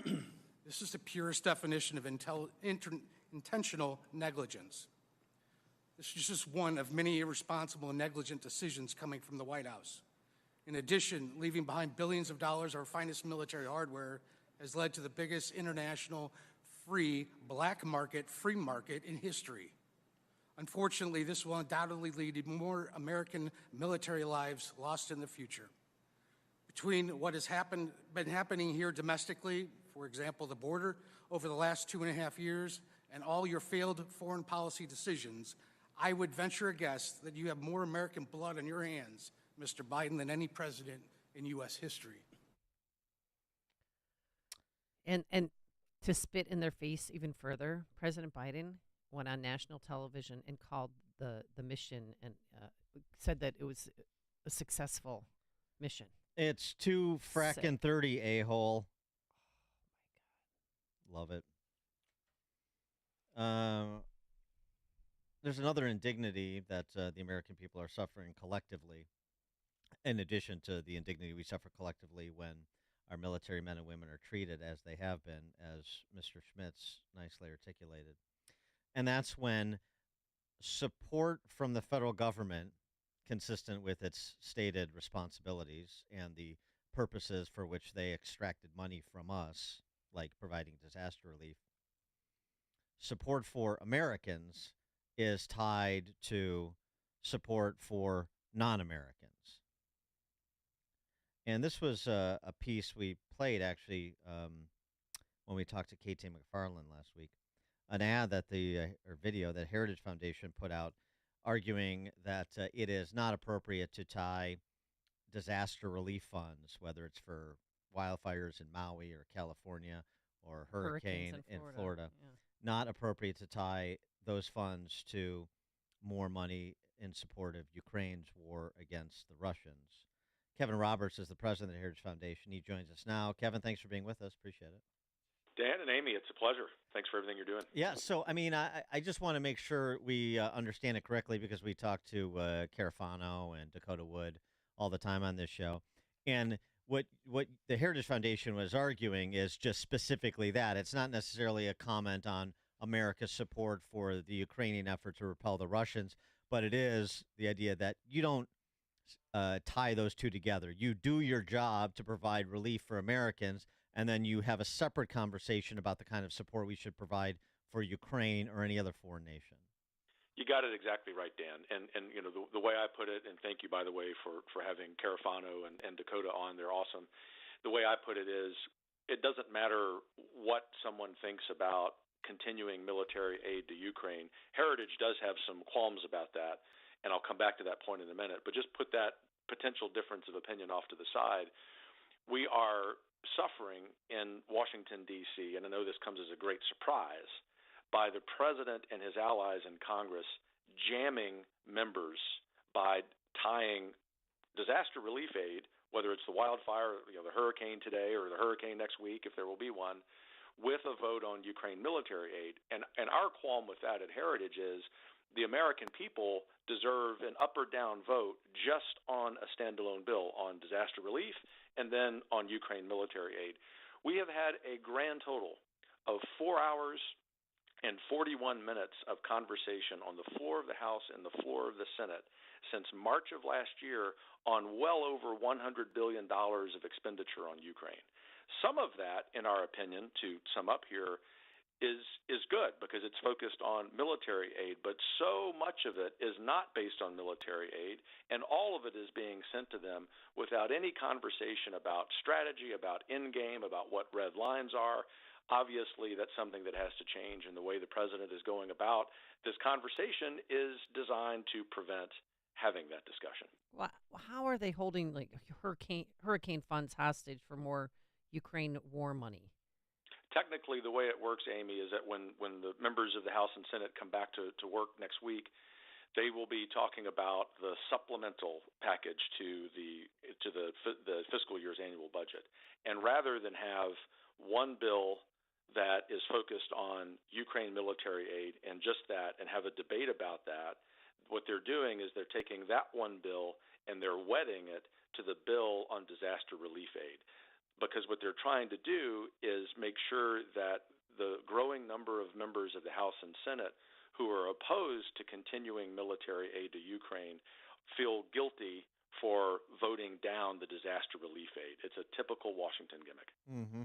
And it's interesting, too. I mean, why would anybody have any questions about the same people managing America's role in that war in Ukraine after, well, what you just heard from that Gold Star father, what happened in Kabul?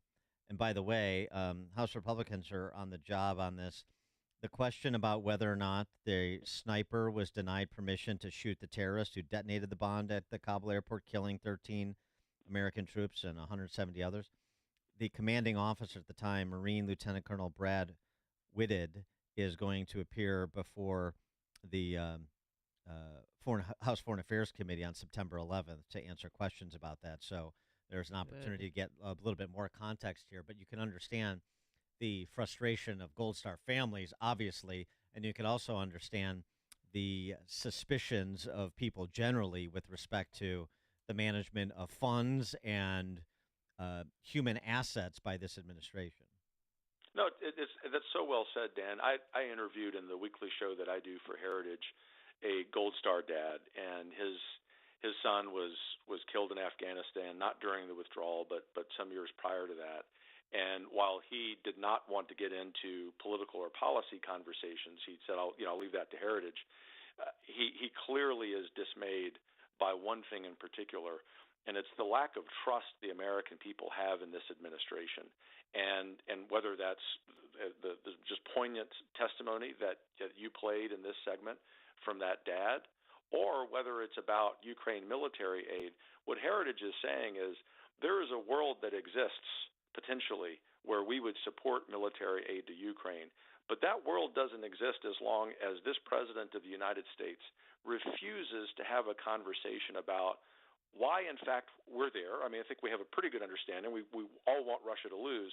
But what's the end game? At what point is it too much money? At what point do we draw a red line and say, oh, my gosh, the only way to break this stalemate, and at best that's what this is a stalemate, is to send American troops. Heritage would be apoplectic about that. That's the conversation we're trying to force because of the ineptitude, because of the incompetence of this administration. He is Kevin Roberts, president of the Heritage Foundation. Kevin, thank you as always. Appreciate it. Thank you all for your work. Take care. Thank you. And he joined us on our turnkey.pro answer line. Or you see it on TV, share it on Facebook, or read about it in the paper. Hear it here first. This is Chicago's Morning Answer on AM 560. The Answer.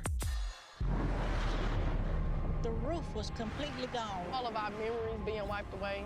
The rain is what got 20 minutes of sheer terror. And you can feel it in your body. I watched the fire move down the canyon. The rumbling of the house. My son started screaming, we're going to die, we're going to die. In the name of Jesus, we are not going to die. At Samaritan's Purse, we bring spiritual and physical aid to hurting people around the world. We go into dangerous situations because in disaster, in disease, in war, Jesus calls us to love our neighbor, to heal the sick, feed the hungry, restore the broken. All who work and volunteer with Samaritan's Purse follow the example of Jesus. We go to serve, not to be served. And we go in Jesus' name. Join us at SamaritansPurse.org. That's SamaritansPurse.org. Did you know St. John's Lutheran School in Lombard is the only school in the entire state of Illinois offering the renowned Hillsdale College K-8 curriculum? We're just talking about that with the Vanguard School in Colorado Springs, Colorado, and making sure, and this includes St. John's Lutheran, every school, making sure that schools live up to who they say they are. The good thing about St. John's Lutheran is it's not just about the Hillsdale College K-8, but it includes that. If you're a parent in Lombard, Glen Ellen, Wheaton, Downers Grove, or the surrounding areas, and you're searching for an exceptional educational experience for your child, look no further than St. John's Lutheran K-8, where academic excellence, wait for it, meets strong Christian values. St. John's partnership with Hillsdale ensures your child receives a rigorous K-8 academic experience. And what sets St. John's apart is they recognize the concerns many parents have about the radical woke agenda infiltrating public schools, and a lot of private ones too. That's why they're dedicated to providing a nurturing environment that promotes the Christian faith, traditional values, and critical thinking. The Hillsdale College K-8 curriculum, combined with their focus on Christian faith and character development, is a game changer for your child's education. Learn more at stjohnslombard.com. That's the letters ST, johnslombard.com. Give your child or grandchild the gift of a faith-based Hillsdale College K-8 curriculum-based education. That website again is stjohnslombard, stjohnslombard.com.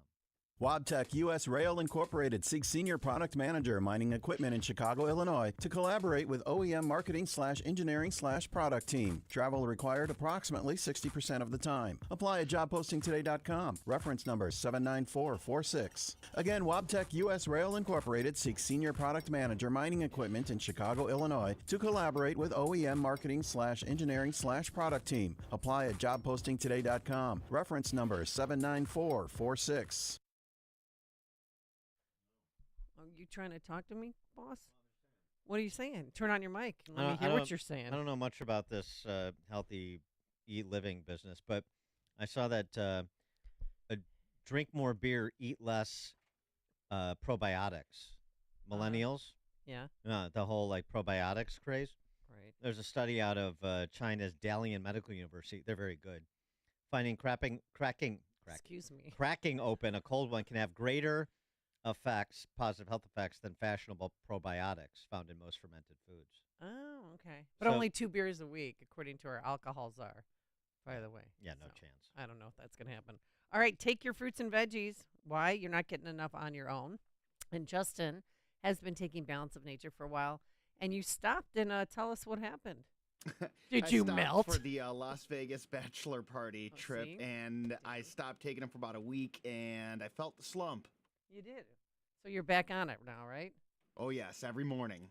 And what lesson did you learn, Justin? Never stop taking Balance of Nature. Thank you.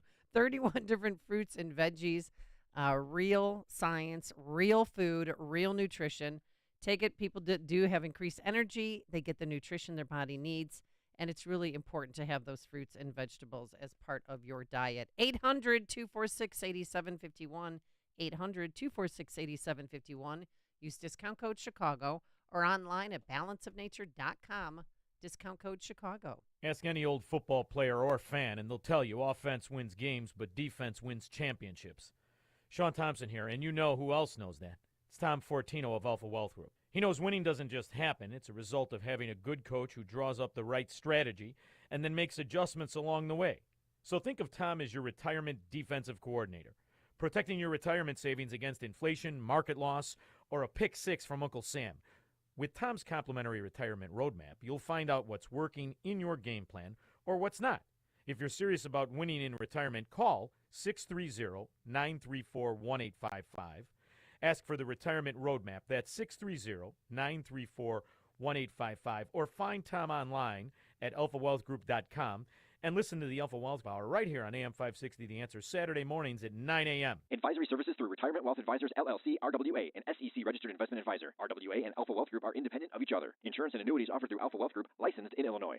A storm is on the horizon, and you need to keep the lights on no matter what. Your business relies on the power being on 24/7. It's the lifeblood of your data and computer systems. Weather-related outages from the power company are not acceptable. Your need for a source of power that's reliable 24/7, along with round-the-clock service that can dispatch technicians to your site immediately, is mission critical. Your business needs Charles Equipment Energy Systems on speed dial. These are the big boys, not residential or solar, but reliable industrial generators for emergency backup or events. When you need more than a 100-foot extension cord plugged into a small engine generator, call Charles Equipment Energy Systems. They keep the lights on with rental generators for job sites or power outages. A storm is on the horizon. Plan ahead. Call now to prepare generators for storms and potential power outages. Call 630-834-6000, 630-834-6000, or charlesequipment.com. When your home or business has an insurance claim, the next step is very important. The claim process with insurance can be tedious, hard to understand, and difficult to navigate. You need someone working for you. You need a licensed claim adjuster. Why? The insurance company will send out their inspectors that work for them, get paid by them, and represent them. Not you. This is Dan Lights from Crosscom. We inspect your property, file your claim, negotiate the damages, and maximize your settlement with your insurance company. If we complete the repairs approved by your insurance company, our service is free. Crosscom Public Adjusters has turned denied claims into approved claims. We've also increased insurance claims anywhere from 23 to 1,000%. We are licensed by the Department of Insurance and work in Illinois, Northwest Indiana, and Southern Wisconsin. Crosscom Public Adjusters, 630-871-5500. Online at crosscominc.com. That's crosscominc.com. Crosscom, building trust for over 20 years. AM 560, The Answer. All right, we heard from the alcohol czar, 2 beers a week. The turtle cuddling czar is now offering this guidance over at CDC. Do not kiss or cuddle your turtle after salmonella outbreak linked to small turtles has sickened people in at least 11 states. Stop kissing or cuddling your turtle. It's now 7 a.m. WIND Chicago. This is a Fox News alert. Idalia's eye has reached land. I'm Dave Anthony. Hitting Florida's Gulf Coast as a Category 3 hurricane with 125-mile-an-hour winds. Wherever you are, hunker down. Governor Ron DeSantis, Idalia is hitting the Big Bend area, which has never recorded a direct hurricane hit, coming across Keaton Beach, southeast of Tallahassee. Leon County residents, you should expect downed trees, blocked roads, power outages, flooding, and overall dangerous conditions. County Commissioner Christian Caban, the storm's been pounding areas to the south for hours. Idalia is throwing haymakers right now. Fox Weather's Robert Ray standing and flooding in Clearwater Beach. This is as intense as we've seen here on the barrier island, where evacuations, mandatory evacs, were in place yesterday. They wanted everyone out by 7 p.m., and we hope that people did. A 16-foot storm surge could hit some areas, and Idalia will move into Georgia next, then the Carolina coast. We'll get an update on the federal hurricane response later from President Biden. He'll also talk about the wildfire disaster in Hawaii, where hundreds of people remain missing after the search of the ruins around burnt-down Lahaina is done. The number of confirmed deaths remains 115. The next step, hazardous waste removal. Then, Maui Emergency Management Administrator Daryl Oliveira says, the return to Lahaina phase. We really want to stress we want to get people back home. But many will have to rebuild. The University of North Carolina, a graduate student charged with murdering a professor Monday, now jailed without bail. Fox's Gernal Scott reports classes are canceled again today. To remember Ziche Yan, whom school chancellor Kevin Guskowitz said was a brilliant teacher, and beyond that. A beloved colleague, mentor, and a friend to so many on our campus, and a father to 2 young children. It's sentencing day for Enrique Tarrio, the former Proud Boys leader, convicted for his role plotting the 2021 Capitol riot. Prosecutors are pushing 33 years in prison. America's listening to Fox News. 57 degrees. We have sunshine at 7:02 on AM 560. The Answer. Good morning. I'm Mike Scott. High waves, rip currents, creating a beach hazard situation along southern Lake Michigan beaches through tonight. The lawyer for one of the women wounded in a shooting at a White Sox game last Friday is now denying reports that she brought a gun to the ballpark. Chicago police have said the incident most likely did involve a gun going off inside Guaranteed Rate Field. An attorney for the woman says she denies bringing a firearm into the stadium. According to FOP President John Catanzara, migrants staying in police stations have reached an intolerable level, causing health problems for officers at district stations all across the city.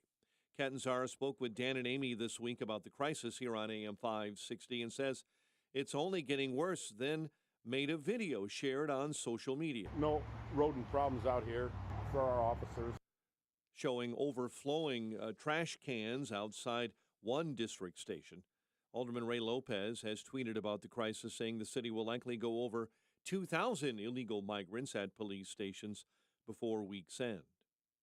Homeowners voicing their frustrations at City Hall Tuesday over unjustified water bills, some figured in the thousands. At a Finance Committee hearing, aldermen in the city water department were raked over the coals by residents like Lisa Beard. I'm here to figure out why the water department is inaccessible. There's no way I used 107,000 gallons of water. Alderman Gil Villegas siding with consumers who ended up paying some of those sky-high bills with no end in sight to the water department mismanagement. A group that gathers each week to swim at Montrose Harbor in Chicago is canceling the rest of their summer season. Organizers of the Friday Morning Swim Club announcing cancellation on Instagram. The decision follows increased scrutiny from city and park officials over safety and permitting.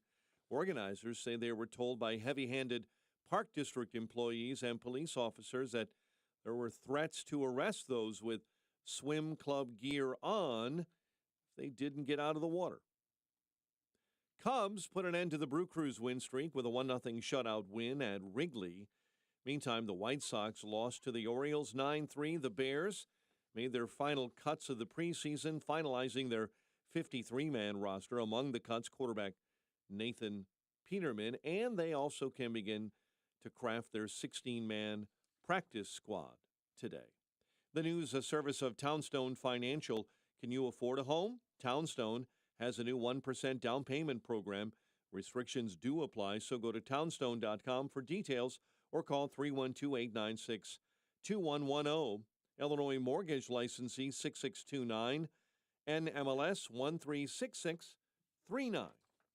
And a check of traffic and weather on the way next on AM 560. Mike Gallagher explains today's America. I have to believe even some people on the left are starting to wake up and realize the miserable condition of the United States. Our culture is in an undeniable state of freefall.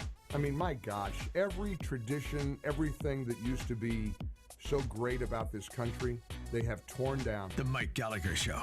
Weekdays at 9, right before Dennis Prager at 11 on AM 560. The Answer.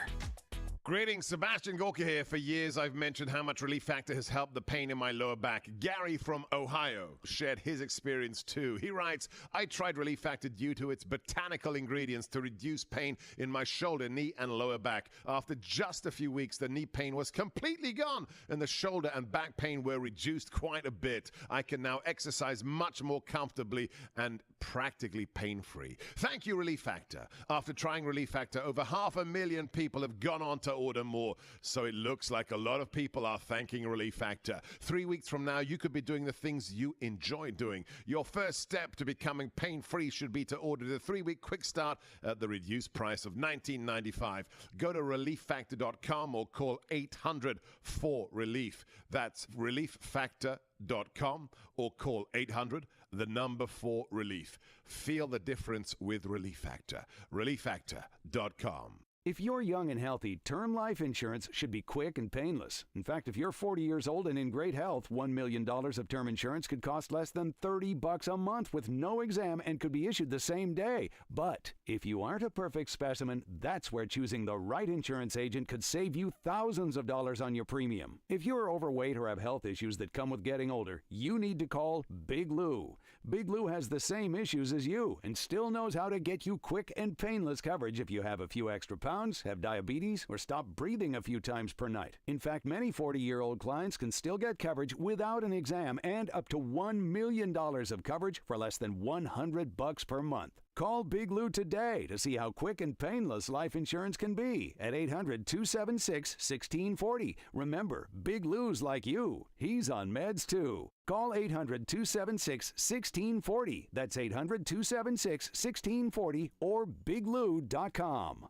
Hi, folks. Dennis Prager here. You've probably been hearing my colleagues and me talking about investing with YRefi for a while now. You may have some questions, so let's review. It's true. You can earn up to a 10.25% fixed rate of return that is not correlated to the stock market or the Fed. You can turn your income on or off, compound it, whatever you choose, and there are absolutely no fees. There is no attack on principal if you ever need your money back, and you'll get your monthly statement with no surprises. Just go to investYRefi.com. That's invest, the letter Y, then refi, REFY.com. Or call 888-YRefi24. Folks, this is a solid investment that actually helps people. Just go to investYRefi.com or call 888-YRefi24 and tell them Dennis Prager sent you. 7:08. Team Hochberg Traffic Center time. We'll start on the Edens, 27 minutes, Lake Cook Road to the junction. The Kennedy climbing now 64 minutes from O'Hare into the Burns Circle interchange. On the Eisenhower inbound, you're jammed up Mannheim all the way to the old post office. 73 in climbing from 390 into the old post office. Stevenson at about an hour from 355 into DuSable Lakeshore Drive. Dan Ryan, 22 minutes, 95th into the Burns Circle. The Bishop Ford and I-57 both jamming into the Ryan merge. Disabled vehicle being removed out of your way. Southbound on the Tri-State, it's on 294 between the Cermak toll to right before Ogden Avenue. Chicago's Morning Answer with Dan and Amy continues next. AM 560 Weather Center forecast with Steve Williams. Patchy clouds, sunshine, breezy day. High today at 70. Clear tonight, low 56. Sunny for tomorrow. Very nice end of the month of August. High 77. Sunny and a bit warmer on Friday. The high 84. I'm Steve Williams on AM 560. The Answer. 57 at O'Hare. Next news 7:30. Chicago's Morning Answer continues next on AM 560. The Answer.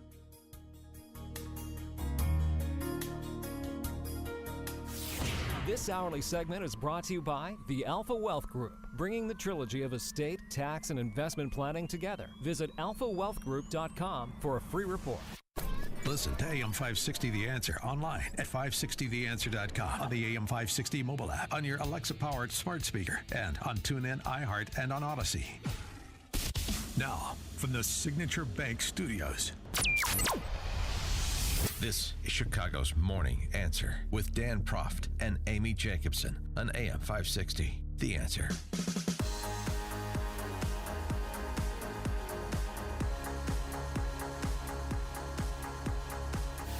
Top of the morning, Dan and Amy. When the end of the world comes, I want to be floating down Bayshore Boulevard in Tampa Bay in an inflatable duck like these guys. Parts of Tampa are inundated with that storm surge, with that flood water. Derek? All right, Sarah, so we're going to step away from this, the seriousness of this storm for just 1 second. You got to bear with me because this is something you don't see every day. Guys, what are you doing? Literally, this is a very new way to beat rush hour traffic on Bayshore Boulevard in Tampa. These guys are kayaking down this major thoroughfare, Tampa over my shoulder here. I mean, look at that. I don't want to minimize the serious nature of this storm, but this is what people are dealing with. Yeah, right. I'll minimize. But they weren't on a kayak. They were on an inflatable duck with shades. Yeah, with shades. They had like a goofy party hats, and they were paddling. There's two of them. Two white dudes that I bet are from the Midwest that moved to Tampa, I'm sure. And they're making fun of the reporter, like, okay, you're acting like we're all going to die, and we're fine. Yeah, I have a feeling they were in their basement playing video games and maybe perhaps working over some controlled substances before they came up with this idea. But anyway, we're going to tweet it out. It's the funniest thing I've seen in a long time. Something also that's bizarre and water-related. The police have to be lifeguards now. Did you see the story about the Friday morning swim club? There is such a thing? Yes, it's been around for 2 years. I know the organizers of it. I guess there's some dispute with the park district. Go. So hundreds of people showing up Friday morning, jumping in Lake Michigan despite the dangerous swimming conditions. Is it never not dangerous? And police officers spent their morning at Montrose Beach keeping an eye on the swimmers. Why? Well, because two men had drowned in different locations. Because you're not supposed to have floating devices. What? And all of them bring floaties and jump in. Excuse me, you're missing the point. How is this the job of the Chicago police given the situation with public safety in Chicago? This is not a job for Chicago police. Do we have lifeguards? Does the park district employ lifeguards? But Friday morning swim club, they all jump in at 7 a.m. and lifeguards get on the job at 9. So there's no lifeguards present. So it's a police job? No, it's not. It's ridiculous. The city's just so ass backwards on everything. At the same time, I'm reading in these times because I like reading socialist rags in my off time. Johnson has steadily pushed forward with treatment, not trauma. Grassroots coalition led proposal to replace police officers with mental health clinicians for 911 calls to mental health crisis and homelessness and so on and so forth. So we're taking police off 911 calls so they can be lifeguards? Tell me how that makes sense. Well, let's get somebody to tell me. Ray Lopez, 15th Ward Alderman, joins us now. Ray, thanks for being with us again. Appreciate it. Do we have Ray? Ray. Hello, Ray. Alderman Lopez. Yes, I'm here. Oh, okay, there he is. All right. I mean, just like a small thing that's indicative of a big thing. Is that the highest best use of limited police resources when we're down 1,000 cops to play lifeguard? Well, you don't expect them to actually catch criminals in Chicago, do you? No, of course not. I mean, this is a matter of priorities for the city, and clearly, people jumping in the lake without a permit is more important than addressing the 19,000 vehicle thefts in the city of Chicago, the 700 homicides that we see in a year, or any one of the other number of unsolved shootings that go on in our communities. But let's go after the people jumping in the lake. And it makes no sense. And then our mayor is suing Kia and Hyundai because their cars aren't safe enough. They're easily compromised. Do you remember when Lori Lightfoot blamed the retailers for them being the victims of the smash and grabs and of the theft in their stores and said it was their fault that they were being robbed, not the criminals' fault for coming in and robbing them? You know, it's absolutely ridiculous the lengths that we will go to in this city to blame everyone else except the criminal for what's going on. And as proof of how easy it was to steal Kias, the mayor showed a video of a car that was broken into where the steering column was removed and a USB thing had to be used and all these things had to be done. And never once brought up the fact that this was an intentional act to commit a felony by stealing someone's car, damaging it, and then coming in with this computer software to steal the car. But it's clearly the car's fault for sitting parked in someone's garage or in someone's street. So if 100 days in, is the new guy just like the old guy with a slightly better bedside manner? Well, he does know how to iron his clothes better than she ever did, so I'll give him that. But I think she was hard to fit, not off the rack. But I will say that, Lori Lightfoot, as much as we did not get along, at least I knew where she stood. I don't know where he stands, and I don't know who's making these calls for the city of Chicago. Showing up is not enough. It might work for social promotion in the classroom, but it doesn't work for government. And, being there for the photos is great, but you have to have some substance behind you. And I think the Sun-Times recently reported that we have 4 of our major departments without leaders, most notably now the Department of Public Health. We have no concern for what the mechanics of government are and how you can improve the lives with the delivery of city service, because he's still on his honeymoon tour 100 days in. We've got some serious issues, along with a $16 billion budget that he's got to come up and figure out how to pay for. One of those serious issues was discussed. He did this sit-down for Fox Chicago with a disembodied digital head named Scott Schneider, where he was asked about the migrants situation and, is it time to maybe, I guess he sort of insinuates, it's time to rethink Sanctuary City. What are we doing with migrants that are in police stations, the shelters that are being stood up, and so forth? Here's what he said. I want to get your reaction. Well, as I've said repeatedly, Chicago maintaining its status as a welcoming city is an important part of our tradition and our history. Many people know that 40 years ago that Mayor Harold Washington declared the city of Chicago to be sanctuary. And I'm grateful for that leadership, because had it not been for that movement a generation ago, we would not be positioned to be the welcoming space for families who were seeking refuge, like my family, who came up during the second migration from the South, Salis, Mississippi, and families who are coming up from Central and South America. Look, it's going to take all of us to address this humanitarian dynamic, the state, the county government, as well as the city government. Now, what I'm encouraged by is that we do have a real strong collaboration here in the city of Chicago, the state of Illinois, Cook County government, pushing the federal government to provide more support for families. We're going to need it. Alderman Lopez, will you be part of this burgeoning collaboration? Well, I don't, you can't hear my head shaking fervorously left to right listening to that comment because I don't even know where to begin with the falsehoods that's put narratives that are being pushed out in that comment. First off, when Harold Washington did Welcoming City, it wasn't for people coming from Mississippi. It was for the undocumented individuals coming from other countries who were trying to find refuge in the city of Chicago.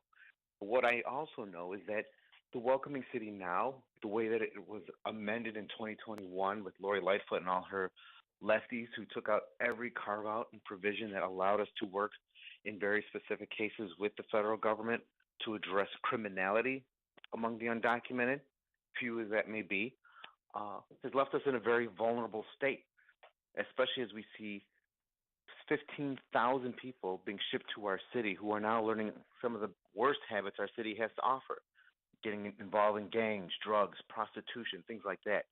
We have to address that. And the fact that he has the wherewithal to say that every level of government, city, county, state, is working together to bring resources, they haven't brought squat to the city of Chicago, which taxpayers have the burden, nearly 85%, $163 million in the first 6 months alone, probably going to top out near $300 million by the end of this year, with little support from the federal government, little support from the state, and no solutions coming to address the asylum seekers who are here who probably don't have valid claims to seek asylum and should be immediately deported. So what are you and other aldermen doing to reestablish limits, to this welcoming city ordinance? So we have seen in some of the shelters and locations throughout the city where a small number of individuals, small, are engaging in activity, drug use, sex, prostitution, male and female prostitution, and are recruitment fodder for gangs. What we would like to do is to bring back 4 common sense categories where if individuals are undocumented in our city and engaging in gang-related, drug-related, prostitution-related, or sex crimes with minors, arrested or convicted, then we will work with the federal authorities to remove them from our city. Seems kind of common sense that you don't want anyone participating in those 4 categories in your city, especially if they don't have legal status to be here.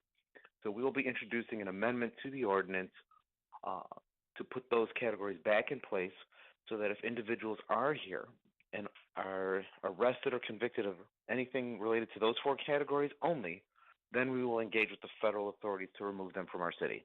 That's a smart way to do it. I mean, I think that's better than arguing about the symbolism of sanctuary city designation. Just focus on an area where there probably shouldn't be much disagreement, which is removing people who've committed crimes, and working with the federal government to do so.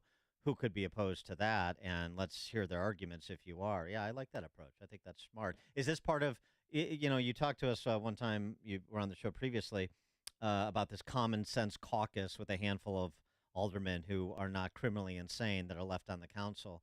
Napolitano and Sposato and you and a couple of, is that coming together, or is this de facto what you guys are doing, working together?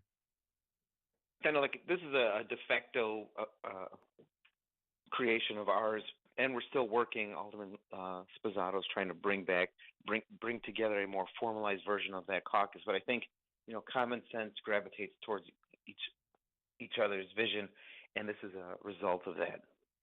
Something else I wanted to get your take on too. We talked about it a bit yesterday, and you just hear so many of these stories, and we mentioned one, and we got a handful more.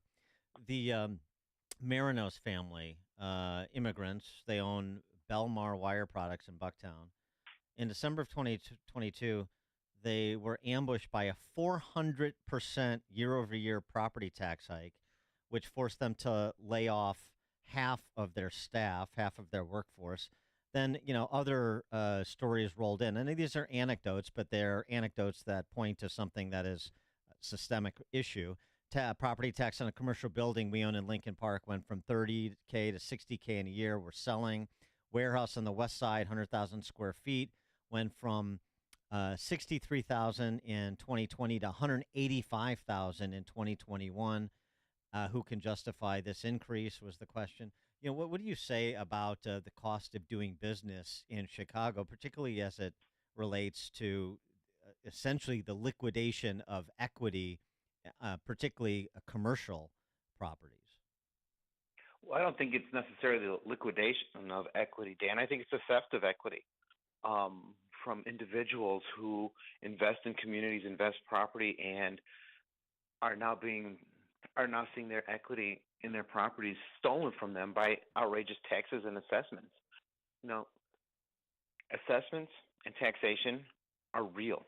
They're not academic exercises. And when you have individuals who've never owned anything, never built anything, never ran anything, never truly pursued the American dream to be their own entrepreneurs, their own owners, their own bosses, and these politicians act as if there's no connection between the two. They don't realize that you can't just mark up someone's assessment 600% and not expect to see them fold or downsize or be impacted by this. You can't raise people's taxes ad nauseum and expect everyone just to keep paying and paying and paying as if money just magically prints itself in the basement of City Hall.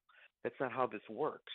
And when you forget that fact, you push people out who've been longtime owners of businesses, longtime property owners, housing providers in our communities, and then have neighborhoods that have been completely decimated and don't know why. Then you start claiming it's equity and disinvestment when it was actually the converse of that, the overtaxation that destroyed a community.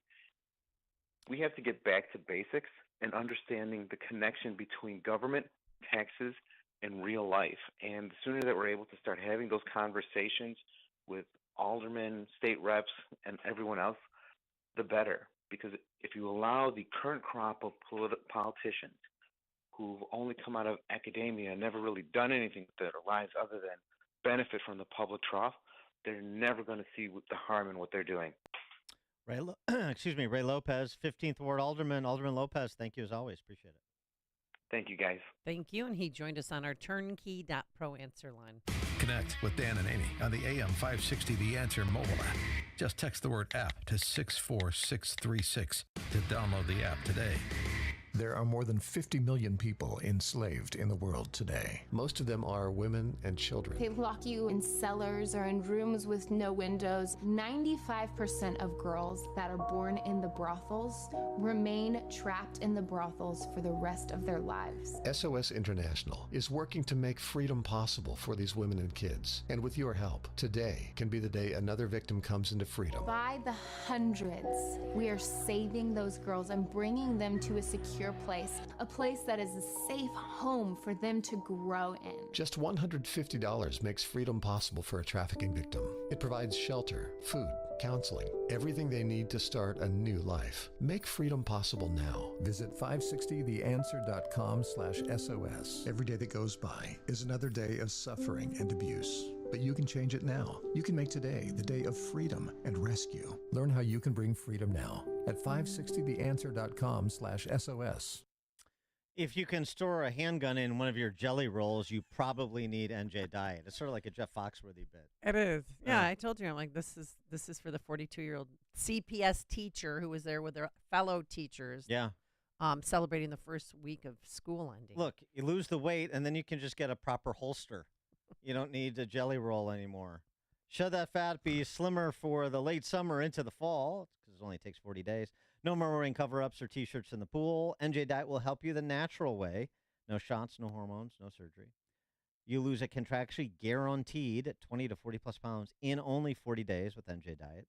They use your hair, saliva, and blood work, along with bioenergetic scans to personalize natural solutions and supplements that get your body into the fat-burning zone so you can finally lose the weight. Then NJ Diet uses DNA info to help you keep it off. Best of all, contractually guaranteed. You're also fully supervised the entire time to make sure you're burning fat, not just losing water. And you even get Dr. T's personal email and phone number. Dr. T is Dr. Turovets, who is the founder of NJ Diet.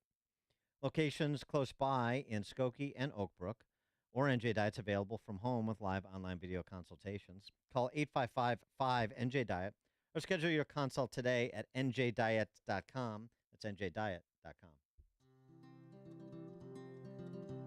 Balance of Nature's fruits and vegetables in a capsule, changing the world one life at a time. You know, when you're not eating anything, you're not getting any nutrition, it really took a toll on my health. Balance of Nature is upping my nutrition and just making me healthier, and my energy is good with it, so I like it. At 64 years old, I know I eat terribly. So with the balance of nature, I do feel better because, as you get older, you start to get a little slower, a little more tired. And at my age now, I'm bouncing around on ladders. The product is fantastic. Go to balanceofnature.com. And for a limited time for Labor Day, get 40% off your first order as a preferred customer with free shipping and our money-back guarantee. This offer ends September 5th. Go to balanceofnature.com or call 1-800-246-8751 and get this special offer by using discount code CHICAGO. Signature Bank is Chicago's fastest growing independently owned business bank. Your business and your money are in good hands with Signature Bank. I'm Dan Proft, and I know this because Signature Bank is my business bank. Hi, I'm Nick Philippus, co-owner of Joe Donut and a proud customer of Signature Bank. We're a locally owned artisan donut shop that focuses on chef-made small batch and craft donuts. We have 7 locations around the Chicagoland suburbs, with an 8th location coming soon. After opening our original stores in Glenview and Niles, we came to Signature Bank for financing for our new Mount Prospect location. From PPP and material delays in construction, Signature Bank was flexible and truly a banking partner that a small business like ours hadn't experienced before. Even their fraud department was able to stop a $30,000 fraudulent check from clearing our account. That allowed us to focus on selling donuts, knowing Signature Bank had our back. Signature Bank helps local businesses succeed. Let Signature Bank turn your business vision into reality. Visit signaturebank.bank. Member FDIC, Equal Housing Lender. Diabetes, high blood pressure, anxiety meds, everyone's on them. If you're a 50-year-old male, maybe a bit porky, and you may even have type 2 diabetes, $1 million of term insurance may only cost you about $200 a month. Call Term Provider. Speak with Big Lou at 800-333-1750. Big Lou will find a term life policy for you even if you have type 2 diabetes, are overweight, or have high blood pressure. Term Provider has helped thousands of people like you who think they can't afford term life insurance. To buy $1 million of affordable term life for you, all you need to do is call Big Lou at 800-333-1750. Lou will make sure the scales are tipped in your favor. Call 800-333-1750. Big Lou will answer your call and work to fit you into a term life policy that you can afford. Remember, Big Lou's like you. He's on meds too. Call 800-333-1750. 800-333-1750 or biglou.com. AM 560, The Answer. All right, coming up on Chicago's Morning Answer. We'll talk to our friend Steve Moore, economist, Godzilla author, starting with an exchange on climate change and energy policy between Ramaswamy and Mrs. Greenspan on MSNBC yesterday. That's at 7:37. And don't you forget it, Dr. Fauci's back talking about climate change. He's a meteorologist, climatologist now, don't you know? But now let's head into the newsroom. Here's a serious man, Mike Scott. 57 degrees, 732. Watch out if you're headed to the beach today. High waves, rip currents, creating a beach hazard situation.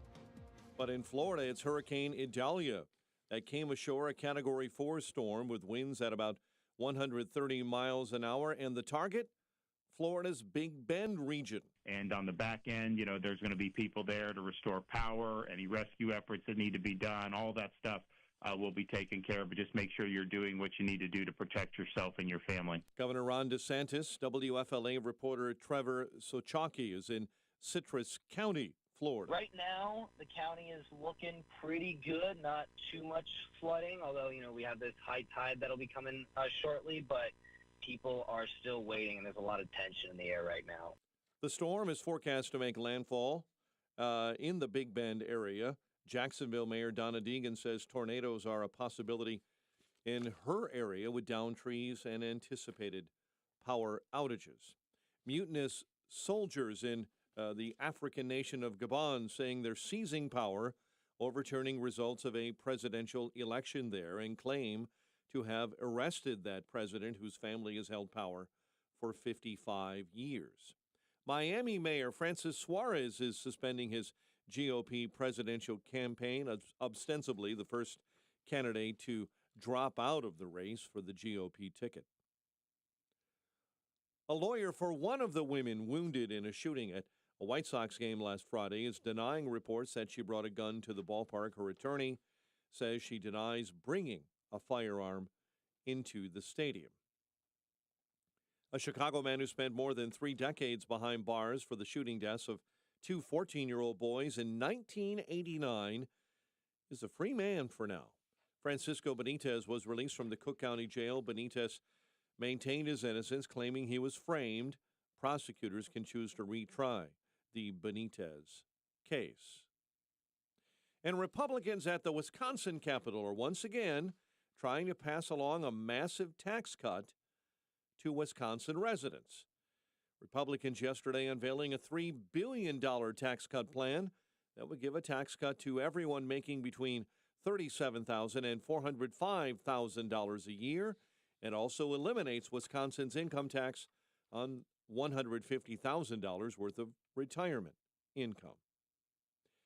Cubs over the Brewers 1-0. White Sox again beaten badly by the Orioles, this time 9-3, and the team put starting pitcher Mike Clevenger on waivers. The news service of MyPillow. The MyPillow 6-pack bath towel sets are back and in stock. The proprietary technology makes them extremely absorbent, yet still provides that soft feel you look for in a towel. For a limited time, get savings with promo code LIBERTY. We'll have a check of traffic and weather coming up next on AM 560. The Sean Thompson Show. Trump has been given a bond of $200,000 in Georgia. So you're gonna give an ex-president bond, then you're gonna tell him what he can do with his freedom of speech. Let me tell you something, you rat bastard Democrats. I'm onto your scheme. And it's not about the bond. It's not about documents. It's not about election questioning. It's about really upending the scam that you're running. And it's a total scam. The Sean Thompson Show. Weekday afternoons at 4 on AM 560. The Answer. Balance of Nature's fruits and vegetables in a capsule. Changing the world one life at a time. It makes me feel better because it's feeding my body what it needs. I could tell when I first started this it was going to do something because my mind felt better and I just felt better. I've seen the ads on TV forever, and I happen to be an entertainer. I'm 88 years old, and as a result of Balance of Nature, I'm back doing 10 shows a month. It just improved my overall health. Balance of Nature has balanced everything out, and it has really helped tremendously. Go to balanceofnature.com, and for a limited time for Labor Day, get 40% off your first order as a preferred customer with free shipping and our money-back guarantee. This offer ends September 5th. Go to balanceofnature.com or call 1-800-246-8751 and get this special offer by using discount code CHICAGO. Are you considering a unique way to enhance your investment knowledge this year? Then sign up today for the all-inclusive Eagle Financial Publications Cruise. Along with our trusted partner, The Money Show, we're setting sail this December to explore some of the most beautiful and unspoiled destinations in the Caribbean. But this is no ordinary vacation. It's a chance to learn from top Eagle Financial experts like best-selling authors George Gilder, Mark Skousen, and others who will be hosting a series of workshops and seminars throughout the trip. Imagine lounging on the sun deck while discussing investment strategies with like-minded individuals, or enjoying a gourmet dinner at the same table with one of our leading financial authorities. This once-in-a-lifetime cruise is a perfect way to combine education and relaxation to achieve your investment goals. This cruise will sell out quickly, so visit EagleFinancialCruise.com today to learn more and to secure your cabin. That's EagleFinancialCruise.com. Eagle Financial is a division of Salem Media Group. O'Reilly Auto Parts proudly introduces new Brake Best Select Pro brake pads and rotors for superior stopping power and professional-grade performance. Stop at O'Reilly Auto Parts today.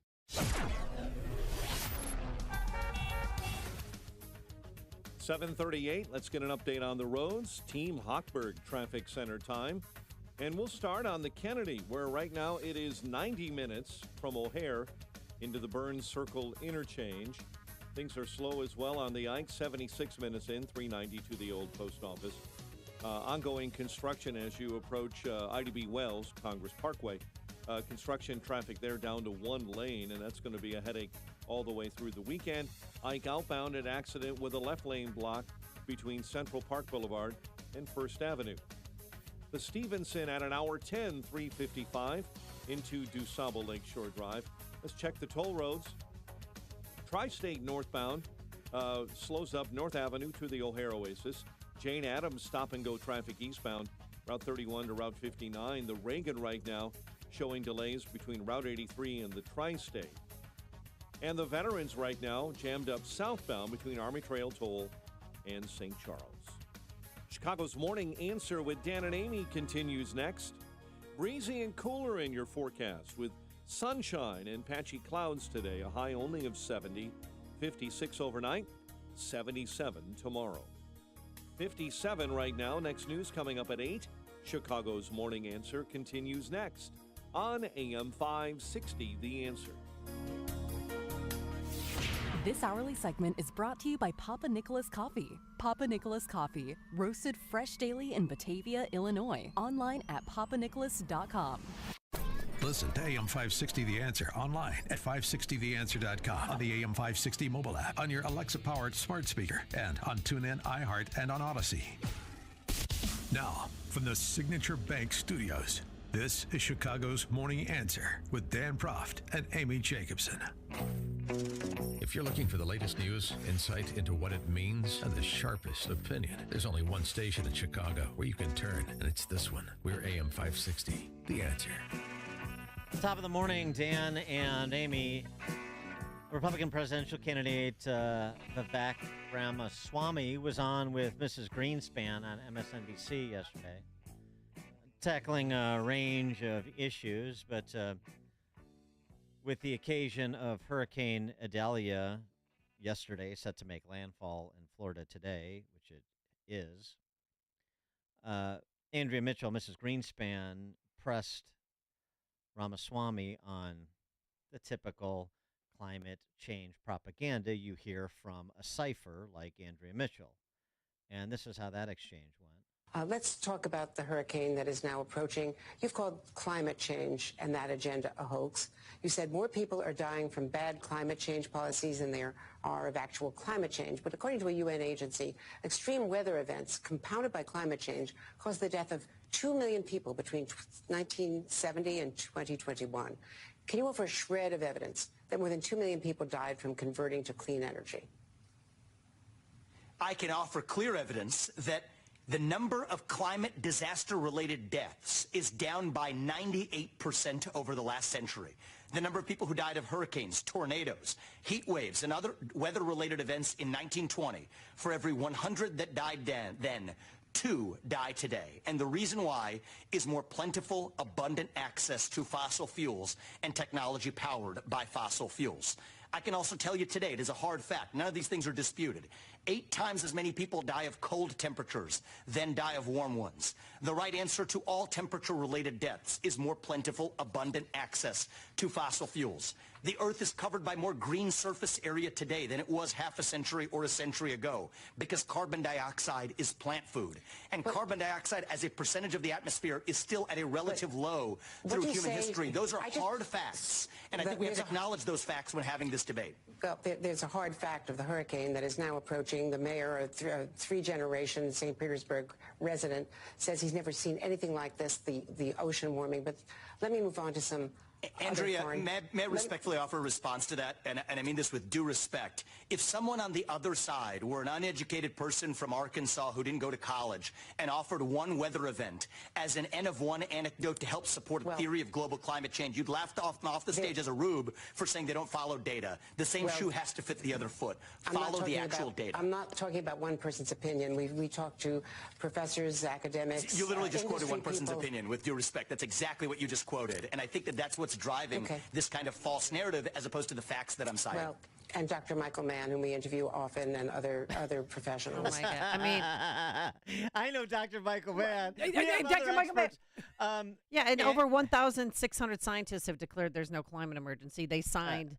They signed that climate emergency or declaration stating that there is no climate emergency. Andrea Mitchell, with all due respect, you're like a backwater, uneducated Arkansas rube. But I say that with all due respect. I love those moments. See, again, I hate to beat a drum here, but Those are the kind of moments that Ron DeSantis is supposed to be having with dilettantes like Andrea Mitchell, but he's not. And Anyway. Vivek has taken up the lane. But you know who else is back, Dan?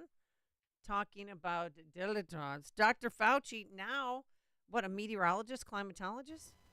If you look at it, I mean, everything from the fire, the tragic fire in Hawaii, to Texas, which had something like 75 days in a row, over 95. I mean, it's completely, really amazing what's happened with climate change.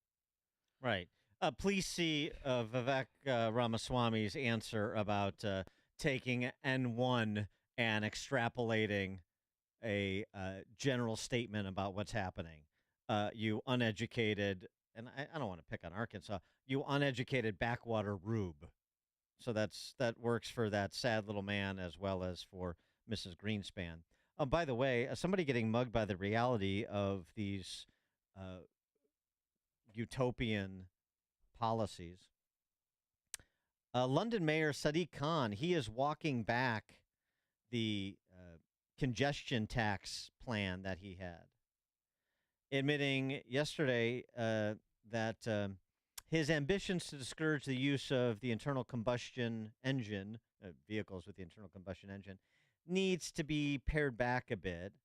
He's buckling to political pressure, writes the Wall Street Journal, to create a far milder ultra-low emission zone, which to which congestion taxes are attached. The scheme imposes a charge of $12.50 or 12.5 pounds every day a motorist drives an older car within urban London or its suburbs. The plan is so unpopular it cost Khan's Labour Party a parliamentary by-election in July, triggered a national race for the exits by Labour and the Conservative Party on net zero policies. And here's the key point that's made here, too, is that this is one of the first times British voters who often, express sort of abstract support for these feel-good proposals, but they've been asked to pay directly. And now all of a sudden I got to put my money on the line for these things that I've sort of passively accepted as, oh, that sounds good. No. Asked to pay, writes the Wall Street Journal Ed Board, asked to pay, those voters think twice. Khan's retreat makes the score internal combustion reality 1, net zero fantasy 0. Hopefully, international combustion reality 1 starts to run up the score. For more on this, pleased to be joined by Steve Moore, economist and author of Govzilla. Steve, thanks for joining us. Appreciate it. Hey, good morning, guys. And by the way, I was listening to that. I had not actually heard that interchange between Andrea Mitchell and Vivek, and of course, he just pounded her. And boy, he sounds a little like Steve Moore, doesn't he? I mean, I've been saying this for years, and Vivek is really, so knowledgeable. I mean, what's really cool about him, and by the way, sometimes I don't like some of the things that he says, but he was awesome. And one of the things that he does is he presents data. So Andrea Mitchell is sounded just like she had no idea what she was talking about. Imagine that. It is true, as Vivek said, that a number of people who die from weather-related events is down by over 90% over the last 100 years. I bet you 2 out of 100 people know that. Most people have no idea that's true. And why is it true? As Vivek said, it's because we have an advanced society. We have electricity. Can you imagine what it was like, it was 105 degrees in Dallas, and it was, 100 years ago before you had air conditioning. People would die. It's also true that far, far more people die of cold weather than warm weather. That's why, being from Chicago, as you guys know, I always say, I don't call this, climate change. I call it climate improvement if it's going to get warmer. One other thing, a hurricane is coming in August on Florida? That's never happened before. No. Oh, my God. A hurricane in Florida? Yeah. I'm just saying because everybody has cell phone now. And when we were growing up, though, we didn't have 24-hour cable stations that would be scaring us 24 hours a day. And I really believe that plays into it. Are your kids climate change freaks or worried about it? Well, look, first of all, yes, the climate is changing. Yeah. Yep, the climate is changing, and actually it has gotten a little warmer. But the idea that somehow, we're we're going to completely eliminate fossil fuels in the United States, and that's going to change the temperature of the planet. Even by their own models, Dan and Amy, that would lower the temperature of the planet the next 100 years by like 0.02%. So how is that going to stop global warming? All of this is, folks, is number one, is virtue signaling by the left. Oh, we care, so we're going to shut down American energy. And number two, what it's doing is ceding power away from the United States to countries like China. I guarantee you that President Xi doesn't care about climate change. He's not going to shut down. Do you think he's going to shut down the use of fossil fuels in China? I guarantee you he's not. And by the way, their pollution levels, as you both know, are 3 times greater than ours are. Well, the other thing too is so this is all part of Bidenomics, whatever that's supposed to mean. But they've been attempting this branding exercise on Bidenomics, and we find in polling that was just released by John McLaughlin, a noted Republican pollster, longtime Republican pollster, 1,000 likely presidential voters, 2244 positive negative view of this term Bidenomics. So the branding's not working, despite all of the hype about the end of the world if John Podesta doesn't get to spend $300 billion on pet green energy projects. People aren't buying it because they see it's not benefiting them. And I also think just sort of the annoyance factor, if nothing else, even just setting aside the science and the expense, the annoyance factor of the government sending out all of these guidances and directives and mandates regarding your ceiling fan and washing machine and dishwasher. I just don't think that's going to fly. So that last quote you played, was that from Fauci? Yes, it was. Fauci. Dr. Fauci's back. He was on some cable Okay, so show Fauci yesterday. is now a climate change expert. Tell everybody, tell your friends, and you better listen to him. Well, he's allowed to have an opinion. I wrote my column on this week. I guarantee you, Dan and Amy, I guarantee you that and we've talked about this on this show for the last couple of years, that the shutdowns for COVID, that was just a test run. They are going to use climate change as the excuse for shutting down businesses, shutting down your power use, shutting down the schools. I guarantee you they're going to do this. Now, in Britain, just a few days ago, their Fauci, their version of Fauci has basically endorsed a policy where the Brits will have to turn off their heat at night to save electricity. Now, can you imagine doing that in Chicago in January? What are you going to do in Chicago? Walk around with a parka on in your house? I mean, these people are nuts. Give us your handle on, sort of post-debate, your handle on where you see the presidential race at this point. I mean, is this just a formality to go through the process here with respect to the Republicans? I think it is looking like. Look, I'm biased. I'm working for Trump. I'm one of his economic advisors, but I think it's looking more and more like a fait accompli. I thought all the Republicans did fine. I was there in Milwaukee last week for the debate, but Vivek was outstanding in a lot of ways. I didn't like when he said, "I'm the only one here, bought and paid for." That was a really low Super comment. PAC puppets. But for the most part, I thought, look, the big story that's happened, Dan and Amy, is that Ron DeSantis is just it's not happening for him. And his answers were good, but he's just robotic.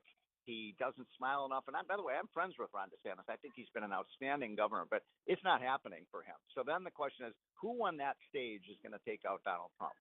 I don't see any of them. Maybe I'm wrong, but we got a lot of time to go. But Trump, and by the way, I was with Trump last week, and I got to tell you, Larry Kudlow and I had dinner with him. He's got his game face on. He's not. There's a good Trump and a bad Trump, and the bad Trump's bad, and the good Trump is good. He's talking about issues. He stopped grousing about the election. I thought his speech when the 4th, 5th, 6th, 8th indictment came down, whatever number we're on, was out. He went out and actually thanked people for standing by him, and Republican voters are. By the way, have you guys seen the meme of the meme fingerprint? The fingerprint. No, I haven't seen fingerprint memes. No. Oh yeah, it's great. It's basically you got I'll send it to you, Dan. But it's basically Trump putting his fingers down, and he's like, flipping the bird. No. Well, I did. I did see By the way, Trump cloud that is in exactly Orlando. how most Americans feel about this. We Well- all just want to flip the bird at these outrageous prosecutors who are just basically now, they are weaponizing the justice system, and this is a very dangerous thing in America today. Yeah, we definitely saw his game face. It was right there in the mugshot out of Fulton County. How many? He's going to make millions off of He's that. made $10 million so far. 10 million account. Good for him. Stephen Moore, economist, Govzilla authors. Thanks, Steve. Appreciate it. Okay, guys, have a great day. Bye. Thanks. And he joined us on our turnkey.pro answer line. Hear about the big stories of the day, then talk about them right here on Chicago's Morning Answer on AM 560. The Answer. If your money is not earning at least 5.25% tax deferred, you need to call Professional Life and Casualty. They're offering a 5.25% APY on new funds deposited into your annuity, traditional IRA, or Roth IRA accounts. Rate subject to change. Please call to confirm. With Professional Life and Casualty, you pay no surrender charges, no administrative fees, and no withdrawal fees. Professional Life and Casualty has been providing insurance and annuity products for over 60 years. Visit plcinsurance.com. plcinsurance.com. They'll send you a free guide to tax-deferred, no-fee annuity. Earn 5.25% APY on annuity, traditional IRA, or Roth IRA. Pay no surrender charges, no administrative fees, and no withdrawal fees. Only from Professional Life and Casualty. Call 1-800-651-1800. That's 1-800-651-1800. All right. Are you tired of the heat and humidity, but more importantly, the musty, damp odor that hits you when you walk in your front door? Well, the air from your basement or crawl space will permeate up into your living space. Do you know that the air in your home can be up to 5 times more polluted than the air outside? Well, guess what? Permaseal can help with that. Their PermaDry air filtration and dehumidification system helps dehumidifies and filters all in one unit, controls humidity and cleans the air, prevents the increase of mold spores and removes them. It removes airborne dust particles, allergens, and bacteria. And not only does it remove mold spores, allergens, and excessive humidity, but it can also purify the air throughout your entire home. Sound good?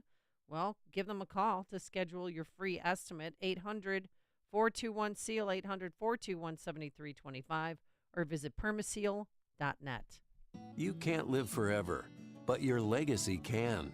For over 185 years, families have trusted Catholic Cemeteries of Chicago, with 47 locations throughout Cook and Lake counties, to set their legacies in stone. A prepaid cemetery plan locks in today's prices and safeguards against rising inflation. Visit CatholicCemeteryChicago.org or call 708-236-5490 to schedule a free consultation today.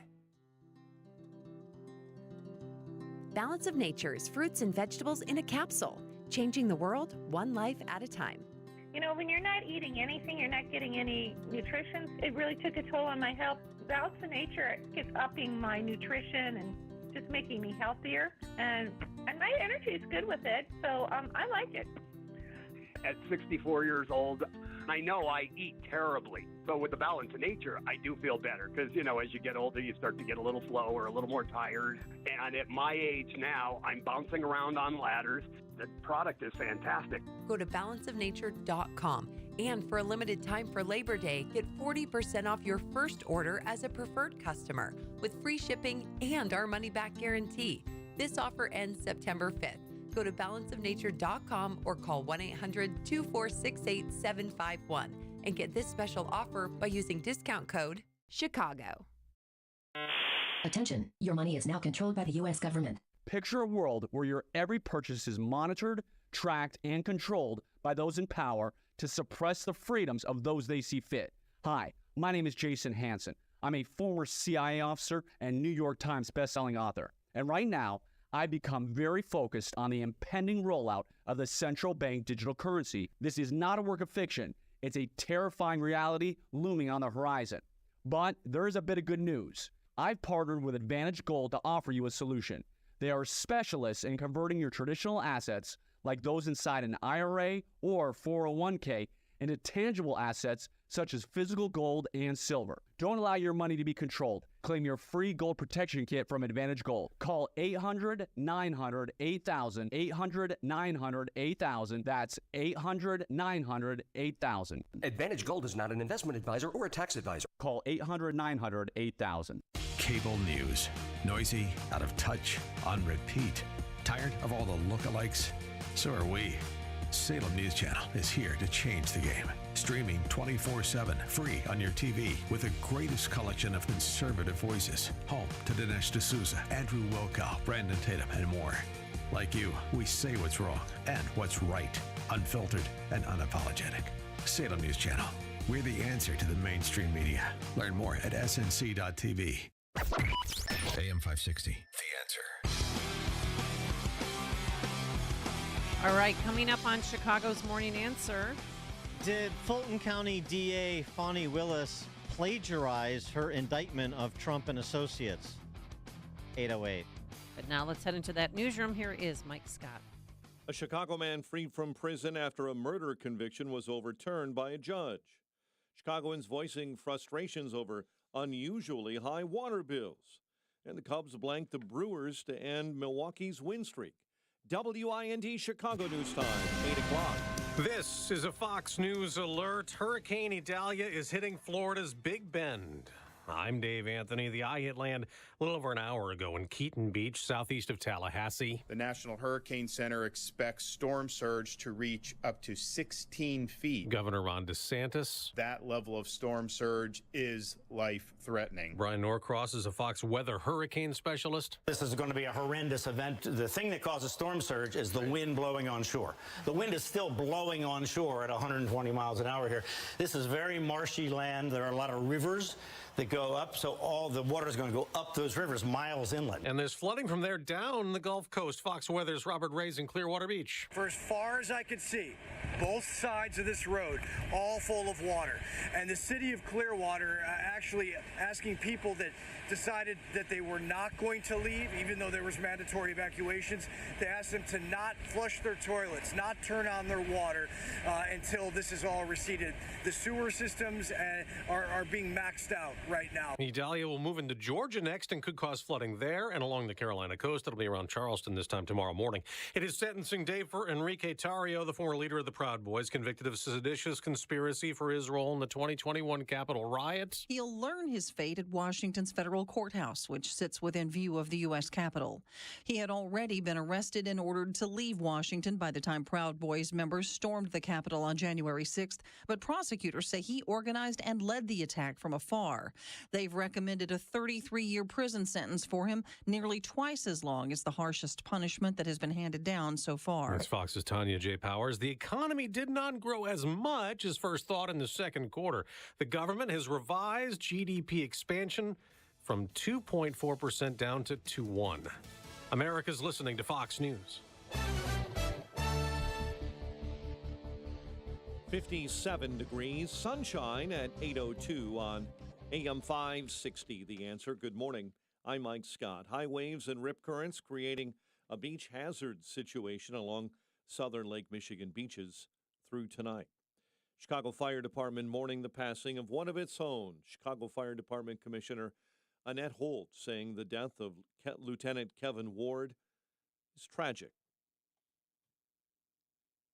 Fires is dangerous business, and we don't know when we come to work in the morning if we'll return home. Ward died Monday night from injuries he suffered after he became trapped in the basement of a burning home on the Northwest Side earlier this month. He is the third member of the department to die in the line of duty this year. Homeowners voicing frustrations at City Hall over unjustified water bills, some figured in the thousands. At a Finance Committee hearing, Alderman and City Water Department officials were raked over the coals by residents like Lisa Beard, who have been dealing with a department interested, it seems, only in collections, not fixing their problems. I'm here to figure out why the water department is inaccessible. There's no way I used 107,000 gallons of water. In the end, the Finance Committee offered little in the way of solutions to the growing problem. State and local health officials unable at the moment to determine the source of 3 Legionnaire's disease cases in the town of Findlay Illinois. Public health officials say they're monitoring for additional cases. Cubs put an end to the Brewers' win streak with a 1-0 shutout win at Wrigley Field. Justin Steele, win number 15, and right now is a top contender for the NL Cy Young. White Sox 9-3 losers to the Orioles at Camden Yards. The news a service of PKF Mueller CPA professionals, business, and financial advisors. Committed and ready to help with record-keeping, expense reduction, and budgeting. Visit online at pkfmueller.com. 8:04, time for the AM 560 Business Beat, a service of Signature Bank. Visit signaturebank.bank for all your commercial banking needs. Now, the latest from the Fox Business Network. I'm Elizabeth McDonald, and this is the Fox Business Report. Johnson & Johnson shares are losing ground. The company's lowering expectations for this year. It recently separated out its consumer products division and created Kenvue, a separate company that includes Tylenol, Band-Aid, Listerine, and other brands. J&J itself focuses on medical technologies and pharmaceuticals. Apple's iPhone 15 is expected to launch September 15th. Barron says the base model is likely to cost around $799, the same as the 14. Carvana launched same-day delivery of cars in Arizona earlier this month. Now it's expanding it to Indiana and North Carolina. Carvana says car buyers can be pre-qualified and approved in as little as 3 minutes, all online. Carvana can drop off the new car and take the old one away. That's your Fox Business Report. I'm Ginny Cosola, invested in you. 8:05, a check of traffic and weather on the way next on AM 560. If you listen to the mainstream media and the Democrats, you'd think it was a sin to be black and conservative. Well, John Anthony blows up that perception every week on Black and Right. Join John this Saturday afternoon at 4 when he pushes back against the left and its regressive, progressive agenda that tries to dictate how people should think or feel about politics. Listen to Black and Right this Saturday afternoon at 4 right here on AM 560. The Answer. Did you know we celebrate baby boomers in August? It's true, August 17th to be exact. That's the same time this generation was at Woodstock in 1969, meaning a lot of babies were born in 1970 early on. Did you know that millions of baby boomers are at risk for stroke, heart disease, and other chronic illnesses caused by high blood pressure? I have a suggestion for all my baby boomer listeners out there. 120 Life. It's a natural juice drink that helps control blood pressure. With natural ingredients like cherry, cranberry, and pomegranate juice, 120 Life helps lower blood pressure and will help you stay hydrated. You'll feel good drinking it just like I do. I love this stuff. So go to 120life.com. That's 120life.com. Order a 2-week trial pack. Use coupon code LIBERTY at checkout. You save the 15% plus free shipping. If after 2 weeks you don't see a difference in the numbers, contact 120 Life and they give you your money back. It's guaranteed. It's simple. Better numbers, better life. Try 120 Life today. 120life.com. I love this stuff. Order it now. 120life.com. 120life.com. Use coupon code LIBERTY. Greetings, Sebastian Gorka here. For years I've mentioned how much Relief Factor has helped the pain in my lower back. Gary from Ohio shared his experience too. He writes, I tried Relief Factor due to its botanical ingredients to reduce pain in my shoulder, knee, and lower back. After just a few weeks, the knee pain was completely gone and the shoulder and back pain were reduced quite a bit. I can now exercise much more comfortably and practically pain-free. Thank you, Relief Factor. After trying Relief Factor, over 500,000 people have gone on to order more. So it looks like a lot of people are thanking Relief Factor. 3 weeks from now, you could be doing the things you enjoy doing. Your first step to becoming pain-free should be to order the 3-week quick start at the reduced price of $19.95. Go to relieffactor.com or call 800-4RELIEF. That's relieffactor.com or call 800-4RELIEF. Feel the difference with Relief Factor. relieffactor.com. 8:08, and in our Team Hochberg Traffic Center, let's get an update on the roads. A service of Tom Miraboli Insurance, independent Blue Cross Blue Shield agent with access to many major medical carriers. Let Tom help you today save money on your premiums. Get started today at healthplanchicago.com. The Eden's a heavy 41 right now, Lake Cook Road to the junction. The Kennedy, 90 minutes, O'Hare into the Burns Circle interchange. The Ike, right now, about, we'll call it an hour and 40 right now from 390 into the old post office. Stevenson right now at an hour 13 from 355 into DuSable Lakeshore Drive. Stevenson inbound is an hour from the Tri-State into DuSable Lakeshore Drive. The Ryan 33, 95th into the Burns Circle interchange. DuSable Lakeshore Drive showing delays southbound between Foster and North Avenue. The Reagan jams up solid eastbound on I-88 between Route 83 and the Tri-State. Chicago's Morning Answer with Dan and Amy continues next. AM 560 Weather Center forecast with Steve Williams. Patchy clouds, sunshine, breezy day. High today at 70. Clear tonight, low 56. Sunny for tomorrow. Very nice end of the month of August. High 77. Sunny and a bit warmer on Friday. The high 84. I'm Steve Williams on AM 560. The Answer. 60 degrees at O'Hare. Your next news update is at 8:30, and Chicago's Morning Answer continues next on AM 560. The Answer. This hourly segment is brought to you by Fox Valley Coins. No waiting, no problems, no charge for in-store verbal appraisals. Bring your gold or silver in today. FoxValleyCoins.com. Listen to AM 560 The Answer online at 560theanswer.com, on the AM 560 mobile app, on your Alexa-powered smart speaker, and on TuneIn, iHeart, and on Odyssey. Now, from the Signature Bank Studios. This is Chicago's Morning Answer with Dan Proft and Amy Jacobson on AM 560. The Answer.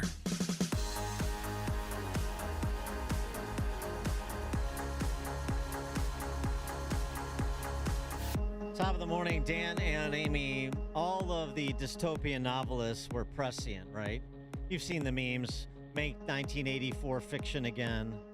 So whether it's Orwell's 84, or Vonnegut's Harrison Bergeron, or Huxley's Brave New World, or Bradbury's Fahrenheit 451, or Ayn Rand, or Kafka's The Castle. All these dystopian novels that many of us read growing up, or maybe recently. And if you haven't, you should. We find predictive in many respects with what's happening on the ground, what's happening in reality today. I'm going to ask you this question, and I think I know the answer, but perhaps I'll be pleasantly surprised. Amy, did you ever see the movie My Dinner with Andre?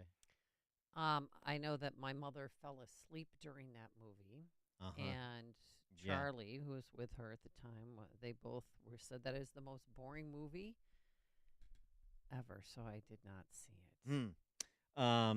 It's one of the great movies of the last 40 years. Okay. Yeah. So, I mean, I get, teach Should we his own. call Louise and tell her she needs to go see it again? Maybe get a nap in before Yeah, get a nap. Well, the whole have movie, a they're cafe just having dinner. Americano. The whole movie, they're just sitting there at the table. My Dinner with Andre Andre, with Wally Shawn, you may remember from Princess Bride. Oh, yeah. Okay. And Andre Gregory, where they play like fictionalized versions of themselves. Right. And Do it's you have a highlight of the movie that I can hear? Well, this is where I'm going. Oh, yes. okay. Excuse me. Sorry. Yeah, so, I mean, for those who've seen it, I mean, feel free to weigh in on the topic, but this is a classic, absolute classic. And for those of you who haven't seen it, just go see it. But it's essentially, yes, old friends catching up for dinner after Wally Shawn having avoided Andre, who left his career as a theater director to have this sort of midlife philosophical spiritual crisis and pursue various travel and philosophical experiences. And here's one of the riffs he goes on when he's sort of, this is Andre to Wally, when he's sort of contemplating the state of affairs. I mean, the movie takes place, by the way, I should say, at Café des Artistes in Manhattan, which is a real restaurant. And so he's kind of contemplating life in New York City and Manhattan in the 1970s and late 1970s and sort of generally speaking his philosophical awakening. But listen to it and see if this has any connection to what you're feeling in 2023 America. Well, what can I do? Okay, yes. We're bored. We're all bored now. But has it ever occurred to you, Wally, that the process that creates this boredom that we see in the world now may very well be a self-perpetuating, unconscious form of brainwashing created by a world totalitarian government based on money? And that all of this is much more dangerous than one thinks? And it's not just a question of individual survival, Wally, but that somebody who's bored is asleep, and somebody who's asleep will not say no? See, I keep meeting these people. I mean, just a few days ago, I met this man whom I greatly admire. He's a Swedish physicist, Gustav Bjornstrand, and he told me that he no longer watches television, he doesn't read newspapers, and he doesn't read magazines.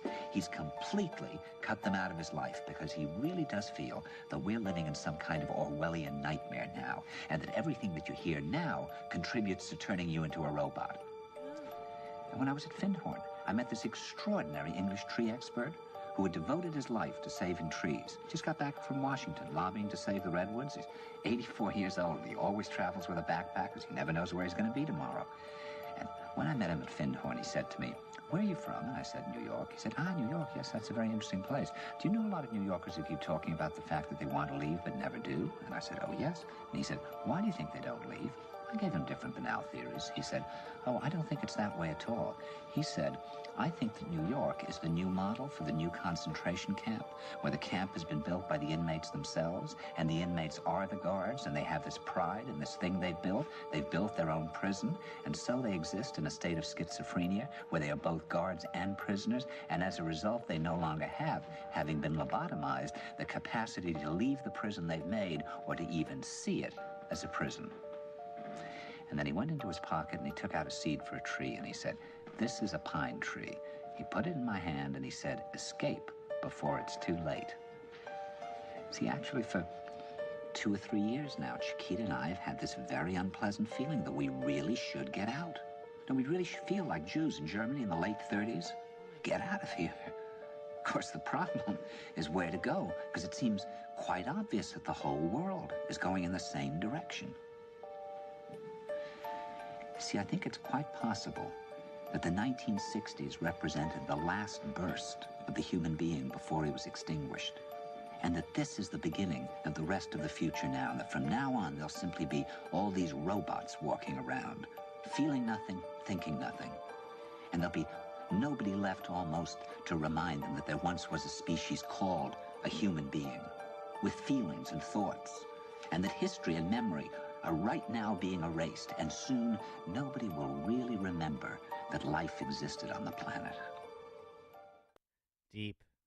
312-642-5600, turnkey.pro answer line, 64636DA, turnkey.pro text line. I like the, the character that he plays, Andre Gregory, is sort of a dilettante, and he's got all these ideas and with different philosophical traditions and different spiritual traditions running through his heads. But I do like the, we have a feeling like we need to get out, but we've built this prison, so we're both guard and prisoner. We're proud of the prison that we built, but we have this feeling that we want to get out. So it's like Schrodinger's cat. You're at the same time a prison guard and a prisoner, like Schrodinger's cat was at the same time alive and dead. Yeah. This totalitarian state. We're bored, I would say. When he says bored, I think he means, dulled. We're dulled. I think that probably describes about, I don't know, a significant plurality of the population these days. Significant plurality. 312-642-5600, turnkey.pro answer line. You can also reach us on the text line 64636. Type in DA, then a quick comment. And as we move towards AI and these futurists who want to, preserve their brain so they can put it on a titanium body when the technology catches up. But I mean, I'm not even talking about this in like sort of a science fiction type of way. I'm talking about it in a cultural kind of way. And I just love the prisoner and prison guard metaphor because, I mean, I think that's big city America. These are the prisons we built. We're very proud of them, and we can't get out. And so we rationalize our inability to get out and our inability of what we've done building these prisons And by when you're- saying it's wonderful. Right, yeah, because when you're robbed or shot in the hand from walking down the street, it's just big city living. Peter in Highland, Indiana, you're on Chicago's Morning Answer. Best line in the movie was the waiter's line. It is the potato soup. It is quite delicious. Thanks, Peter. Glad to see some other people appreciate my dinner with Andre, Mrs. Jacobson. Sorry. Paul in New Lenox. All right, great show. Hey, first thing I want to tell you is who's John Galt? Anyway, I think that movie was one of my favorite. It was a precursor to Brazil, and then Brazil was a precursor to Matrix. And when I told people I thought my dinner with Andre was fantastic, they looked at me like I was an alien autopsy. And why? It's boring. No, it wasn't. But you're spot on. Great show. Keep it up. Thanks, Paul. Yeah, you have to listen and think, not just like wait for a CGI explosion on the screen. And this is really Sorry, somebody texted in. yeah. Sorry. Well, I'm just letting you I'm going know. to give you. I get it. I'm going to give you a concrete example of what I'm Okay. talking about too, and it relates to something that maybe people are interested in, which is the indictment of Donald Trump in Fulton County specifically. The nature of these prisons that we built. Tom in Blue Island. Hey, good morning, Dan and Amy. Dan, you mentioned 1984, and it's about 70 years old. The inner party was expected to not only be the police, but believe everything that they knew was untrue. And when you look at today, you know, you just take transgenderism or even the climate stuff. These people, it's like, Dan, these people have to know. They know what they're saying is garbage, yet somehow they still believe it. The term I believe in 84 used is doublethink. It's incredible. Group think. Yeah. Thanks for the call, Tom. Glenn in Savannah, Georgia. Savannah's nice. Hi guys. Yeah, I just trying to. I'm fighting the hurricane. That's all. So. Yeah. So, in the world, there's 1% elitist, 4% that work for the elitist, 5% that see the problem and want change and are trying to get the 90% woken up. I read that somewhere. I can't remember where, but I think that pretty much sums it all. Thanks for the call, Glenn. Ron in Edgebrook. Yes, I agree with you about the movie. I thought it was a terrific movie. But I also want to point out that people are getting out, that we have people who are leaving Illinois, are leaving Chicago, people who are leaving New York. And the reason they're leaving is because their physical well-being is being threatened both economically and physically. And so unlike the situation with Andre, where he could peacefully still live in New York City, in Chicago, there's a safety issue, and as you pointed out in your earlier segment, there's a serious economic issue, and so people are actually being physically hurt, which affects their thinking about where they're going to go. So people are moving, for example, down to Florida or to North Carolina, or many developers are leaving Chicago because they can't get through the red tape in Chicago and are going to places like Arizona or Texas or Tennessee, where they can actually make a living. So I think that his prognostication about people being willing to live in the strange situation that they were in New York has, in effect, metastasized into physical injuries economically and socially, which has caused people to, in fact, get out. Thanks for the call, Ron. Right. Well, but the people who remain, I mean, this is why you're doom looped, is because the people who remain can't bring themselves to reconcile that they're both prison guard and prisoner. Kevin in Austin, Texas. Yeah, I was listening to this, and I was wondering if you could bring up the the mood tomorrow and maybe play some Sylvia Plath. I was listening to that. And it was so depressing. What's it? Sylvia Plath. Well, actually, Sylvia Plath is relevant to this discussion. Kevin, did you ever read The Bell Jar? I haven't. Perhaps when we find ourselves wanting everything, it's because we're dangerously close to wanting nothing. I want you to go think about that. I will. I'll put my thinking cap on in the All corner. I really appreciate what you were talking about earlier about people have to like an hour or so earlier. People have to get involved. I lived in Chicago. I live in Austin, Texas now. I just went to a precinct committee meeting last night for the Williamson County. It takes about 3 hours a day. If enough people get involved, you can start pushing back on the left in Chicago suburbs. I think people, like you say, if they wake up and snap out of it, they're also the prison guards. They can take over. They can take over the asylum. Probably horrible metaphors, but the point is that people can get involved. They can't do something. They get involved now. Thanks for the call, Kevin. Well, what I was leading to was this. Twitter is his handle is Blue Canaries. Yeah. But he's done some really interesting research, and this is first blush. So it demands more investigation, which we'll do, and we'll get some people on to check this out as well. But he looks at government funding of the Brookings Institution. Brookings Institution is a leftist think tank. So getting federal grants. Grant issued to Brookings Institute September 1st of 2021, and they issued a report in October of 2021, Fulton County, Georgia's Trump investigation, an analysis of the reported facts and applicable law. You have to see this. I'm going to retweet this Twitter thread. It's really interesting. The table of contents in this report includes potential crimes violating other sections of Georgia's criminal code, and they have false statements and writings, influencing witnesses, criminal solicitation. They also have conspiracy to commit election fraud, intentional interference with performance of election duties, crimes, possible misdemeanors, possible felonies. They detail all these things out in this 80-plus page report. So this is why I said at the end of last hour, did Fani Willis plagiarize her indictment of Trump and associates?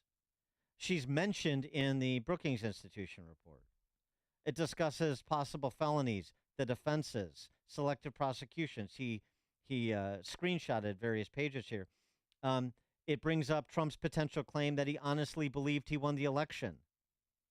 7 authors contributed to this document from the Brookings Institute, and they all have written op-eds or books that, like this one in The Atlantic, The DOJ Must Prosecute Trump.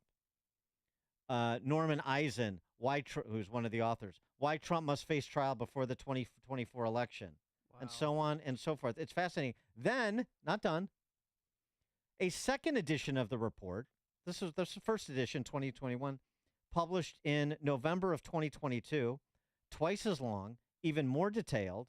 And again, the Brookings Institute was awarded a Department of Commerce grant in the amount of $777,000 July of 2022.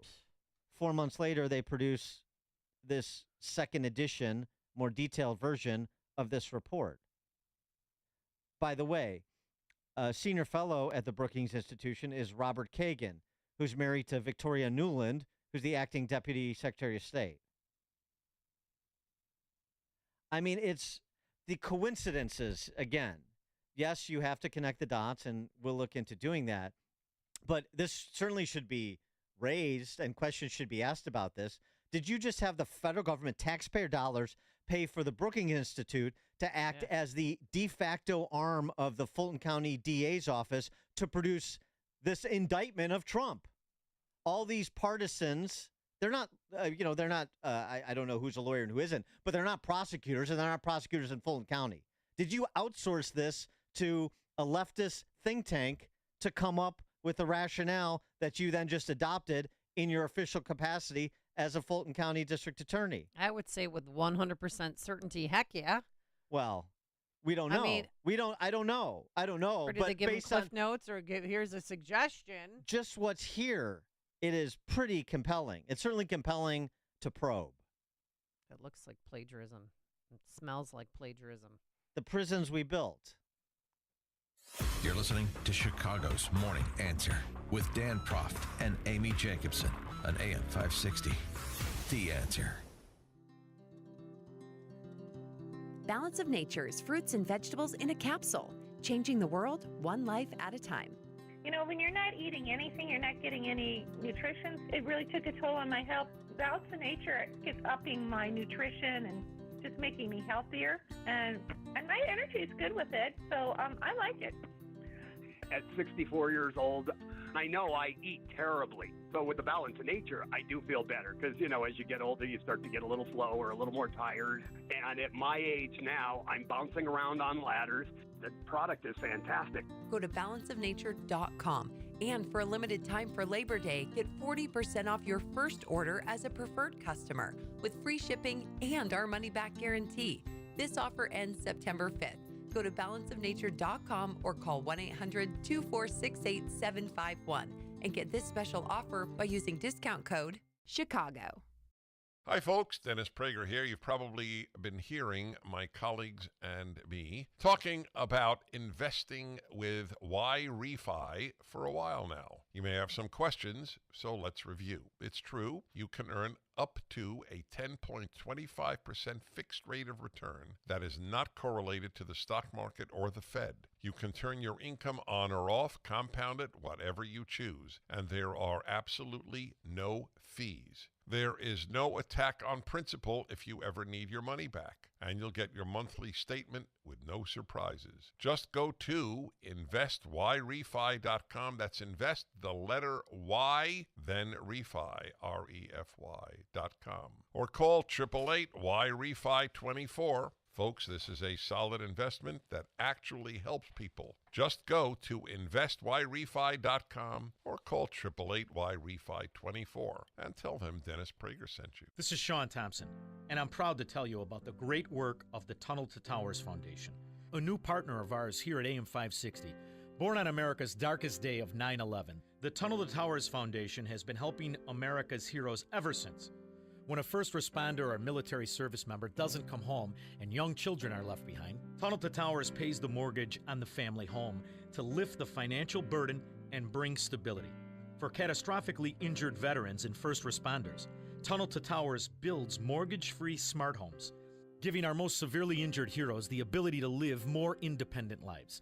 You can help America's heroes and their families by supporting the Tunnel to Towers Foundation when you make a small donation of just $11 a month.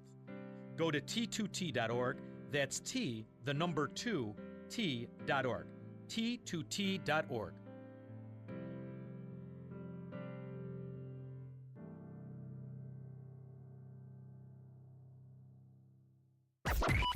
AM 560. The Answer. By the way, just on this matter of Fannie Willis and whether or not this Trump indictment in Fulton County was outsourced for preparation to the Brookings Institution and paid for with federal tax dollars. You know, Georgia Republicans are looking at Fannie Willis and possibly looking at removing her from office. And so at least you have Republicans in the state of Georgia applying pressure, just as Jim Jordan is moving on Jack Smith at the federal level. They all should be, investigated to answer the question, who investigates the investigators? Coming up on Chicago's Morning Answer, Anthony Mills, senior fellow at the American Enterprise Institute, on the masking debate we did not have. 8:38. but now let's head into that newsroom. Here's Mike. 8:32, 60 degrees and sunshine. High waves and rip currents creating a hazardous beach situation along southern Lake Michigan today. Hurricane Idalia is now a Category 3 storm inland in Florida. It hit early this morning with maximum sustained winds of 130 miles an hour. And on the back end, there's going to be people there to restore power, any rescue efforts that need to be done, all that stuff will be taken care of. But just make sure you're doing what you need to do to protect yourself and your family. Florida Governor Ron DeSantis, the director of the National Hurricane Center, Michael Brennan, says Idalia will keep moving up the East Coast for now. All the way into North Florida, Southeast Georgia, Savannah, Hilton Head, that's under a hurricane warning. And so we're going to see those winds as Idalia is moving northeastward about 20 miles an hour, going to spread inland really quickly. Russian officials are accusing Ukraine of launching what appears to be a huge nighttime drone attack on Russian soil. the biggest one since the war began 18 months ago. Miami Mayor Francis Suarez suspending his GOP presidential campaign after failing to qualify for the Republican debate last week. A lawyer for one of the women wounded in the shooting at the Sox game last Friday is denying reports she brought a gun to the ballpark. Her attorney says she denies bringing a firearm inside the ballpark. State and local officials are unable to determine the source of 3 Legionnaire's disease cases in the small town of Findlay, reported between July 30th and August 4th. Public health officials continuing to monitor. And Illinois lottery officials are hoping the winner of an $800,000 Lucky Day lotto ticket comes forward soon. The ticket was bought at a Piggly Wiggly supermarket in Antioch. Lottery officials say someone also purchased an $8.9 million lottery ticket at the same store back in April of 2021. Cubs blank the Brew Crew 1-0. Justin Steele win number 15, while the White Sox were battered by the Orioles at Camden Yards 9-3. The news is service of the Pride stores with 17 locations throughout Chicagoland that include Taco Urbano or Urban Counter restaurants. Stop by their newest location, the Pride of Kane County in St. Charles, corner of Kirk and Main. The Pride stores, not your typical convenience store. A check of traffic and weather on the way next on AM 560. Cracked brickwork or caulking? Doors or windows that no longer open or shut properly? Permaseal can help with that. Hi, I'm Roy Spencer, president of Permaseal. When you look around your house, do you see uneven floors, gaps under baseboards, basement walls leaning or bowing, new cracks in your drywall or ceiling, or sunken concrete next to your foundation? These can be signs of structural foundation issues that won't get better with time. Call Permaseal today at 800-421-SEAL. Too often we hear of homeowners paying for an expensive consultation just to determine the problem. Don't be one of them. We can evaluate your foundation and offer you a permanent solution at absolutely no charge. Since 1979, Permaseal has been committed to providing quality proven products and superior customer service. When the work is done, you'll have a transferable warranty along with priceless peace of mind. And now, through June, you'll save $300 off any structural repair. Call Permaseal 800-421-7325 or visit permaseal.net. Balance of Nature's fruits and vegetables in a capsule, changing the world one life at a time. It's made a huge difference for both me and my wife. My wife and I are both educators. I'm a professor and she's a school teacher. And so, it's made a huge difference with us, the amount of energy. When you teach, you need a lot of energy, believe me, with the kids. And it's helped both of us maintain and not burn out through the course of the year. And it's made a huge difference in how we approach our teaching, how we can get through it all every day. Call 1-800-246-8751 or go to balanceofnature.com. And for a limited time for Labor Day, get 40% off your first order as a preferred customer with free shipping and our money-back guarantee. This offer ends September 5th. Go to balanceofnature.com or call 1-800-246-8751 and get this special offer by using discount code CHICAGO. Hey, business owners, are you wondering how to grow your business? Do you need cash flow and a ready source for financing? Well, Signature Bank can help. Hi, Mike Gallagher here to let you know that Signature Bank's loan decisions are made locally by a team who knows your name, cares about your business, and is invested in your success. When you need advice about your business or even have a question, Signature Bank is there to help. There are no handoffs or call centers. This is a team that wants to get to know you and your business. That's why Signature Bank in Chicago is my bank. That's right. I'm a customer. When I call, someone picks up the phone on the other end. And with Signature Bank, I can securely bank anywhere, anytime. Reach out to my friends at Signature Bank. Call 773-467-5630. That's 773-467-5630. Or visit them online at signaturebank.bank. Signaturebank.bank. Your business could be Signature Bank's next success story. Member FDIC, Equal Housing Lender. This hourly segment is brought to you by Papa Nicholas Coffee. Papa Nicholas Coffee, a family tradition since 1897. Online at papanicholas.com. 8:38, let's get an update on the roads. Team Hochberg Traffic Center time is a service of Lowe's right now. Get 10% off select in-stock Trex Enhanced Naturals Composite Decking. Lowe's knows savings. Lowe's knows pros. Offer valid through 9/6. Selection varies by location. Kennedy inbound right now is at a little over an hour and a half from O'Hare into the Burns Circle interchange. The Ike on the inbound side right now is getting close to 2 hours from 390 into the old post office, especially heavy in from 9th Avenue all the way in to the old post office. Stevenson inbound 71 right now from 355 into DuSable Lakeshore Drive. Dan Ryan, 35 minutes, 95th into the Burns Circle interchange. Things very slow on the Reagan right now. I-88 eastbound jams from Route 83 all the way to the Tri-State. Chicago's Morning Answer with Dan and Amy continues next. AM 560 Weather Center forecast. Breezy and cooler with sunshine and patchy clouds. A high close to 70. 60 right now. Next news at 9. Chicago's Morning Answer continues next on AM 560 The Answer. Listen to AM 560 The Answer online at 560theanswer.com, on the AM 560 mobile app, on your Alexa-powered smart speaker, and on TuneIn, iHeart, and on Odyssey. Now, from the Signature Bank Studios, this is Chicago's Morning Answer with Dan Proft and Amy Jacobson. Only the biggest stories, only the biggest guests, and only the biggest opinions. This is AM 560, The Answer. Top of the morning, Dan and Amy. So were the skeptics right after all? Does science now definitively prove that our pandemic policies were pointless? Actually, what the research really highlights is the complexity of scientific evidence and why it alone can never dictate policy. Those are the words of Anthony Mills, who's a senior fellow at the American Enterprise Institute, senior fellow at the Pepperdine School of Public Policy as well, and a scholar associate of the Society of Catholic Scientists. And you can find his piece, The Masking Debate We Didn't Have, at thenewatlantis.com.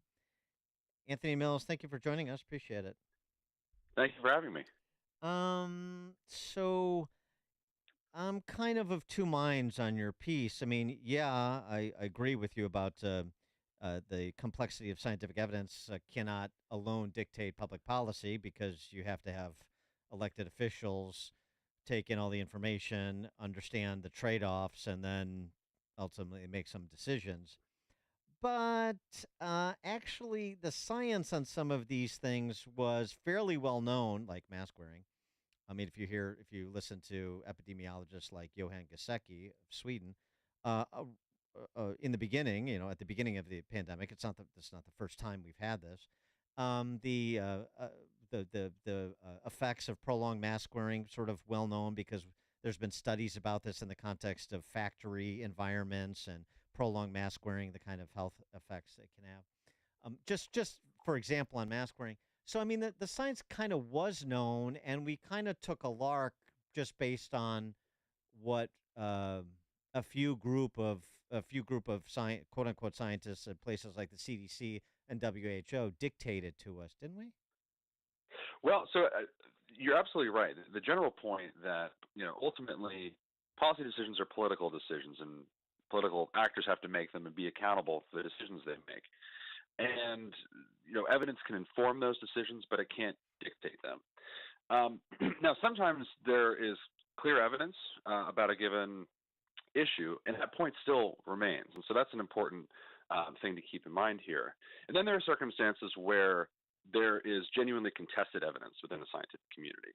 And in those cases, it's all the more important, I think, for political actors to be aware of and be honest about what their responsibilities are. And so too for the scientists. The scientists have to be sort of honest brokers about what the science shows, what it doesn't show, and on what basis it is that they're making their recommendations. Well, that was and I'm sorry to interrupt, but that was where the real failure happened, right? Because for those when you've got a study from this outlet and I've got a study from another outlet that draw different conclusions or draw different, more likely sort of conclusions, and you, because you have the power, silence me. And that's where the debate didn't happen, because anybody who strayed from the orthodoxy, the Jay Bhattacharya's, the Martin Kaldorfs, the Sunetra Guptas of the world, were shut down.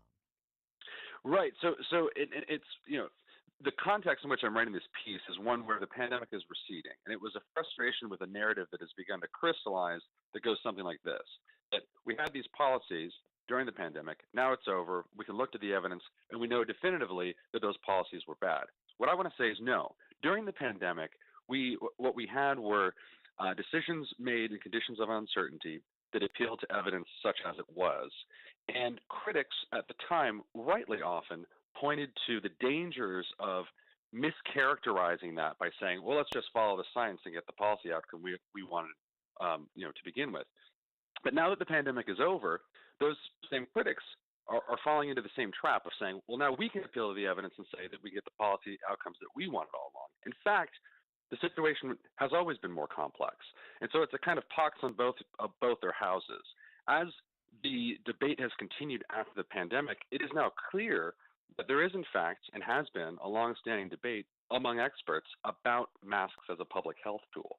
That was very much not a part of the public discussion during the pandemic. But for that same reason, we need to be honest with ourselves now about the complexity of that evidence, the contested nature of it, and what it should mean for political decision making. Well, I mean, I don't know. I mean, you've got a lot of studies, including meta studies, that essentially suggest that masks at best are make little to no difference at best. But there are other things too where there was so I'm not sure pox on both their houses. I don't think it's evenly distributed. So you had people, myself included, based on actually people who know the science and data and looking at what they presented in terms of argumentation and evidence, that opposed lockdowns from the beginning. And that was something new. And that was something that had previously been in previous pandemics had been raised and rejected. And we did it. And there were people that were opposed to it from the beginning, opposed to it now, and the evidence suggests that those who oppose lockdowns were correct in terms of the trade-offs and on which side of the bottom line the trade-offs would bring us. So that's not a pox on both their houses. That's a pox on the house of the lockdowners. Well, again, so what I'm trying to do in this piece is not make an argument for a policy. It's to try to argue that the way in which we've been debating these policies has failed us, that we are trying to debate what are fundamentally political decisions as if they can be resolved by science. Yeah. And it's on that basis that I say pox on both their houses. Now, there's certain policy issues are more complex than others. If you take an issue like school closures or masks, there are genuine disputes. There were at the time, as you point out, not just in the United States, but across the country, about what the evidence can help us, how it make a complex decision where there are obvious trade-offs. And that was true then, and our public discourse did not accurately represent that fact. And so I certainly don't want to suggest anything to the contrary.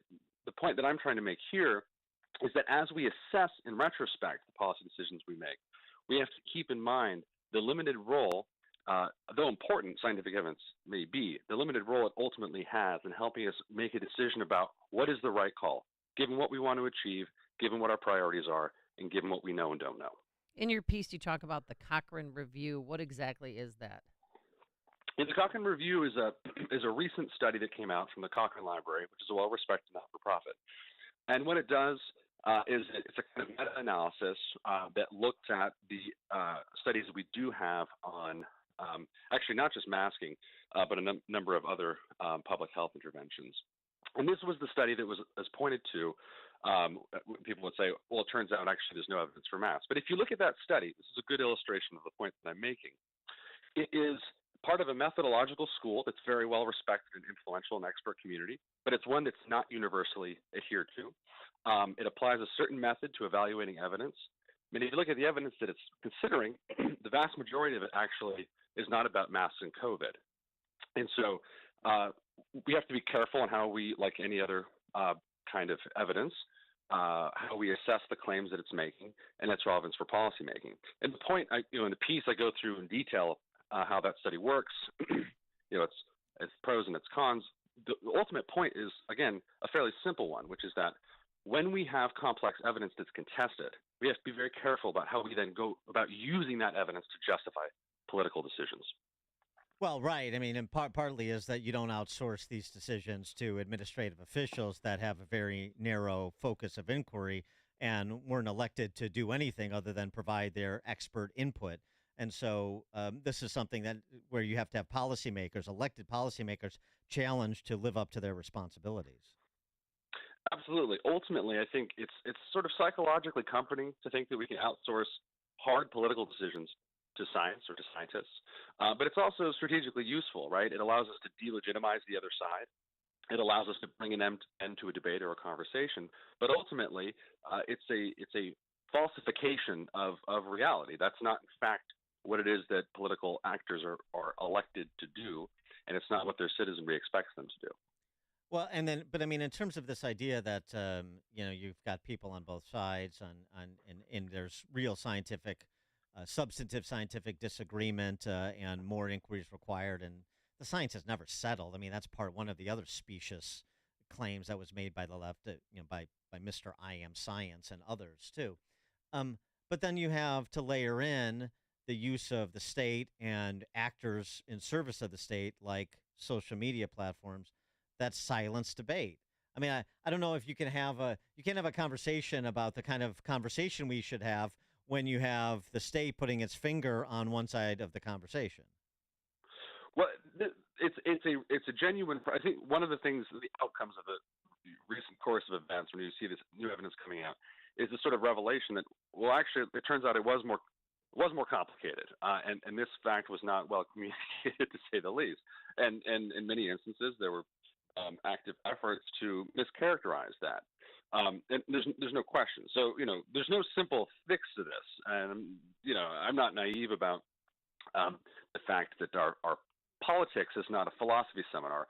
Right. But the fact remains that what we can do as we look back at the pandemic and we try to assess what we did well and badly, I think among the things we have to consider are not just the specifics over policy, but the way in which we couched the justifications for those policies, because often that was at the basis of what it is you're describing, right? It's a way to obviate responsibility for what, at the end of the day, are very difficult decisions that were made in the course of a pandemic. And it's through that lens that we should be evaluating what we did and didn't do. He is Anthony Mills, Senior Fellow at the American Enterprise Institute, Senior Fellow at the Pepperdine School of Public Policy as well, and a Scholar Associate of the Society of Catholic Scientists. Anthony Mills, thanks so much for joining us. Appreciate it. Thanks for having me. Thank you. And he joined us on our turnkey.pro answer line. It's news, opinion, insight. This is Chicago's Morning Answer on AM 560. The Answer.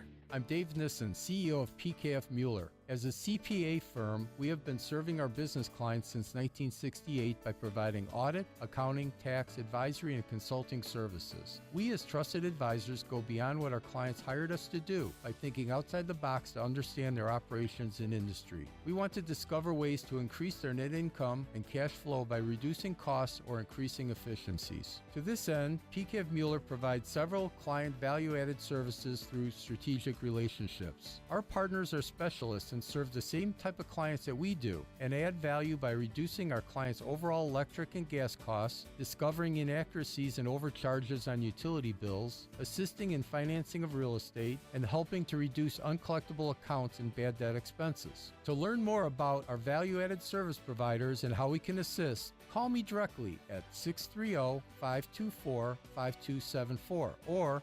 dnissen@pkfmueller.com. All right, I still have some on my teeth. That's balance of nature. I take 6 capsules, 3 fruits, 3 veggies, crack them open into warm water, and voila, 31 whole fruits and vegetables. There's no preservatives, dyes. The fruit capsules are red. The vegetable capsules are green because that's real stuff in there. They take the fruits and vegetables, and they're powdered after an advanced vacuum cold process system, which really stabilizes the maximum nutrient content. You didn't get enough fruits and veggies yesterday. on your own, and that's where Balance of Nature comes in. 800-246-8751. That's 800-246-8751. Use discount code Chicago or online at balanceofnature.com. Discount code Chicago. Attention, your money is now controlled by the U.S. government. Picture a world where your every purchase is monitored, tracked, and controlled by those in power to suppress the freedoms of those they see fit. Hi, my name is Jason Hansen. I'm a former CIA officer and New York Times bestselling author. And right now, I've become very focused on the impending rollout of the central bank digital currency. This is not a work of fiction. It's a terrifying reality looming on the horizon. But there is a bit of good news. I've partnered with Advantage Gold to offer you a solution. They are specialists in converting your traditional assets, like those inside an IRA or 401k, into tangible assets such as physical gold and silver. Don't allow your money to be controlled. Claim your free gold protection kit from Advantage Gold. Call 800-900-8000, 800-900-8000. That's 800-900-8000. Advantage Gold is not an investment advisor or a tax advisor. Call 800-900-8000. Cable news. Noisy, out of touch, on repeat. Tired of all the lookalikes? So are we. Salem News Channel is here to change the game. Streaming 24/7, free on your TV with the greatest collection of conservative voices. Home to Dinesh D'Souza, Andrew Wilkow, Brandon Tatum, and more. Like you, we say what's wrong and what's right. Unfiltered and unapologetic. Salem News Channel. We're the answer to the mainstream media. Learn more at snc.tv. My brother-in-law died suddenly, and now my sister and her kids have to sell their home. That's why I told my husband we could not put off getting life insurance any longer. An agent offered us a 10-year, $500,000 policy for nearly $50 a month. Then we called SelectQuote.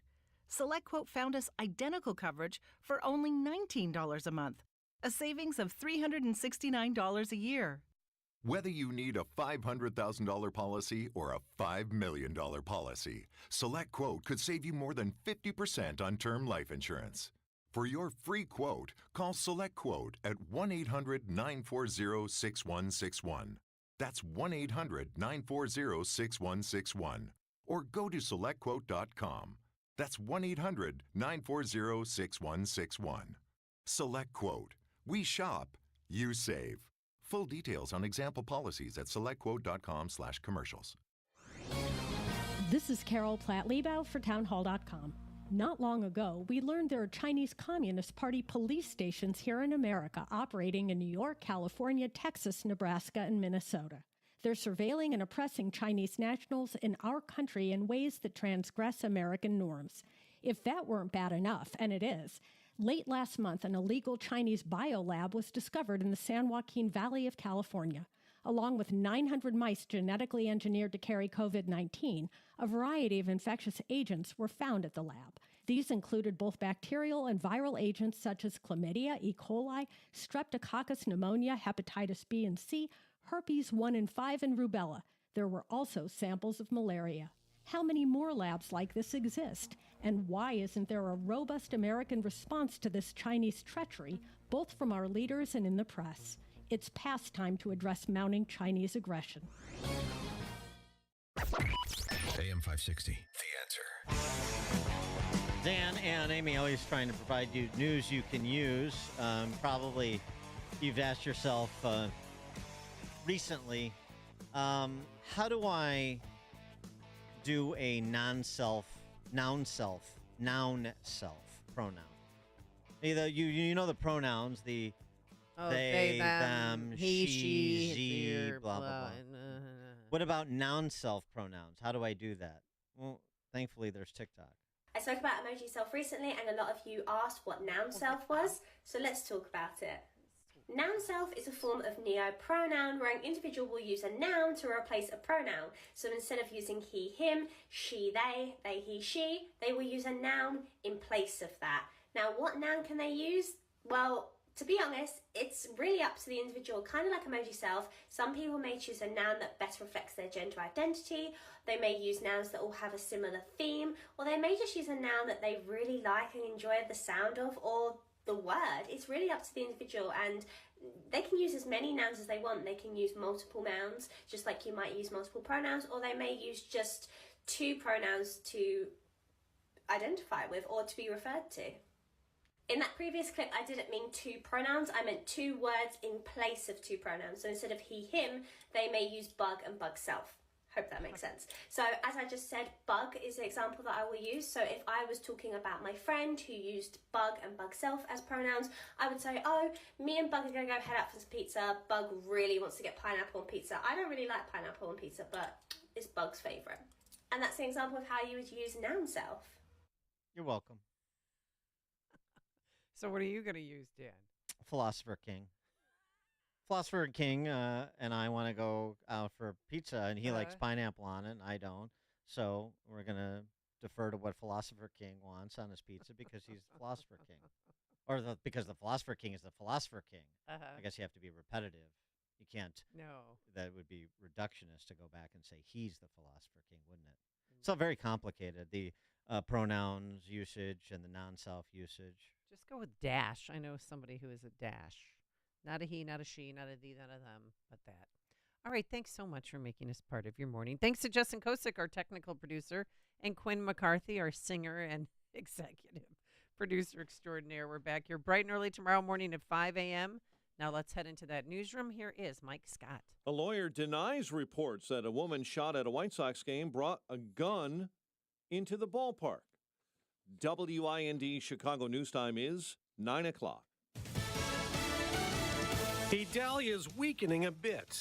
I'm Dave Anthony, Fox News. A Category 2 hurricane now after hitting Florida's Big Bend area as a Cat 3 with 125-mile-an-hour winds. Generally speaking, I would say that Keaton Beach probably fared better than a lot of us and a lot of the residents probably thought they were going to fare. That's what LSM storm tracker Brian Empfinger just told Fox Weather. Keaton Beach is where Idalia's eye came ashore southeast of Tallahassee. Storm surge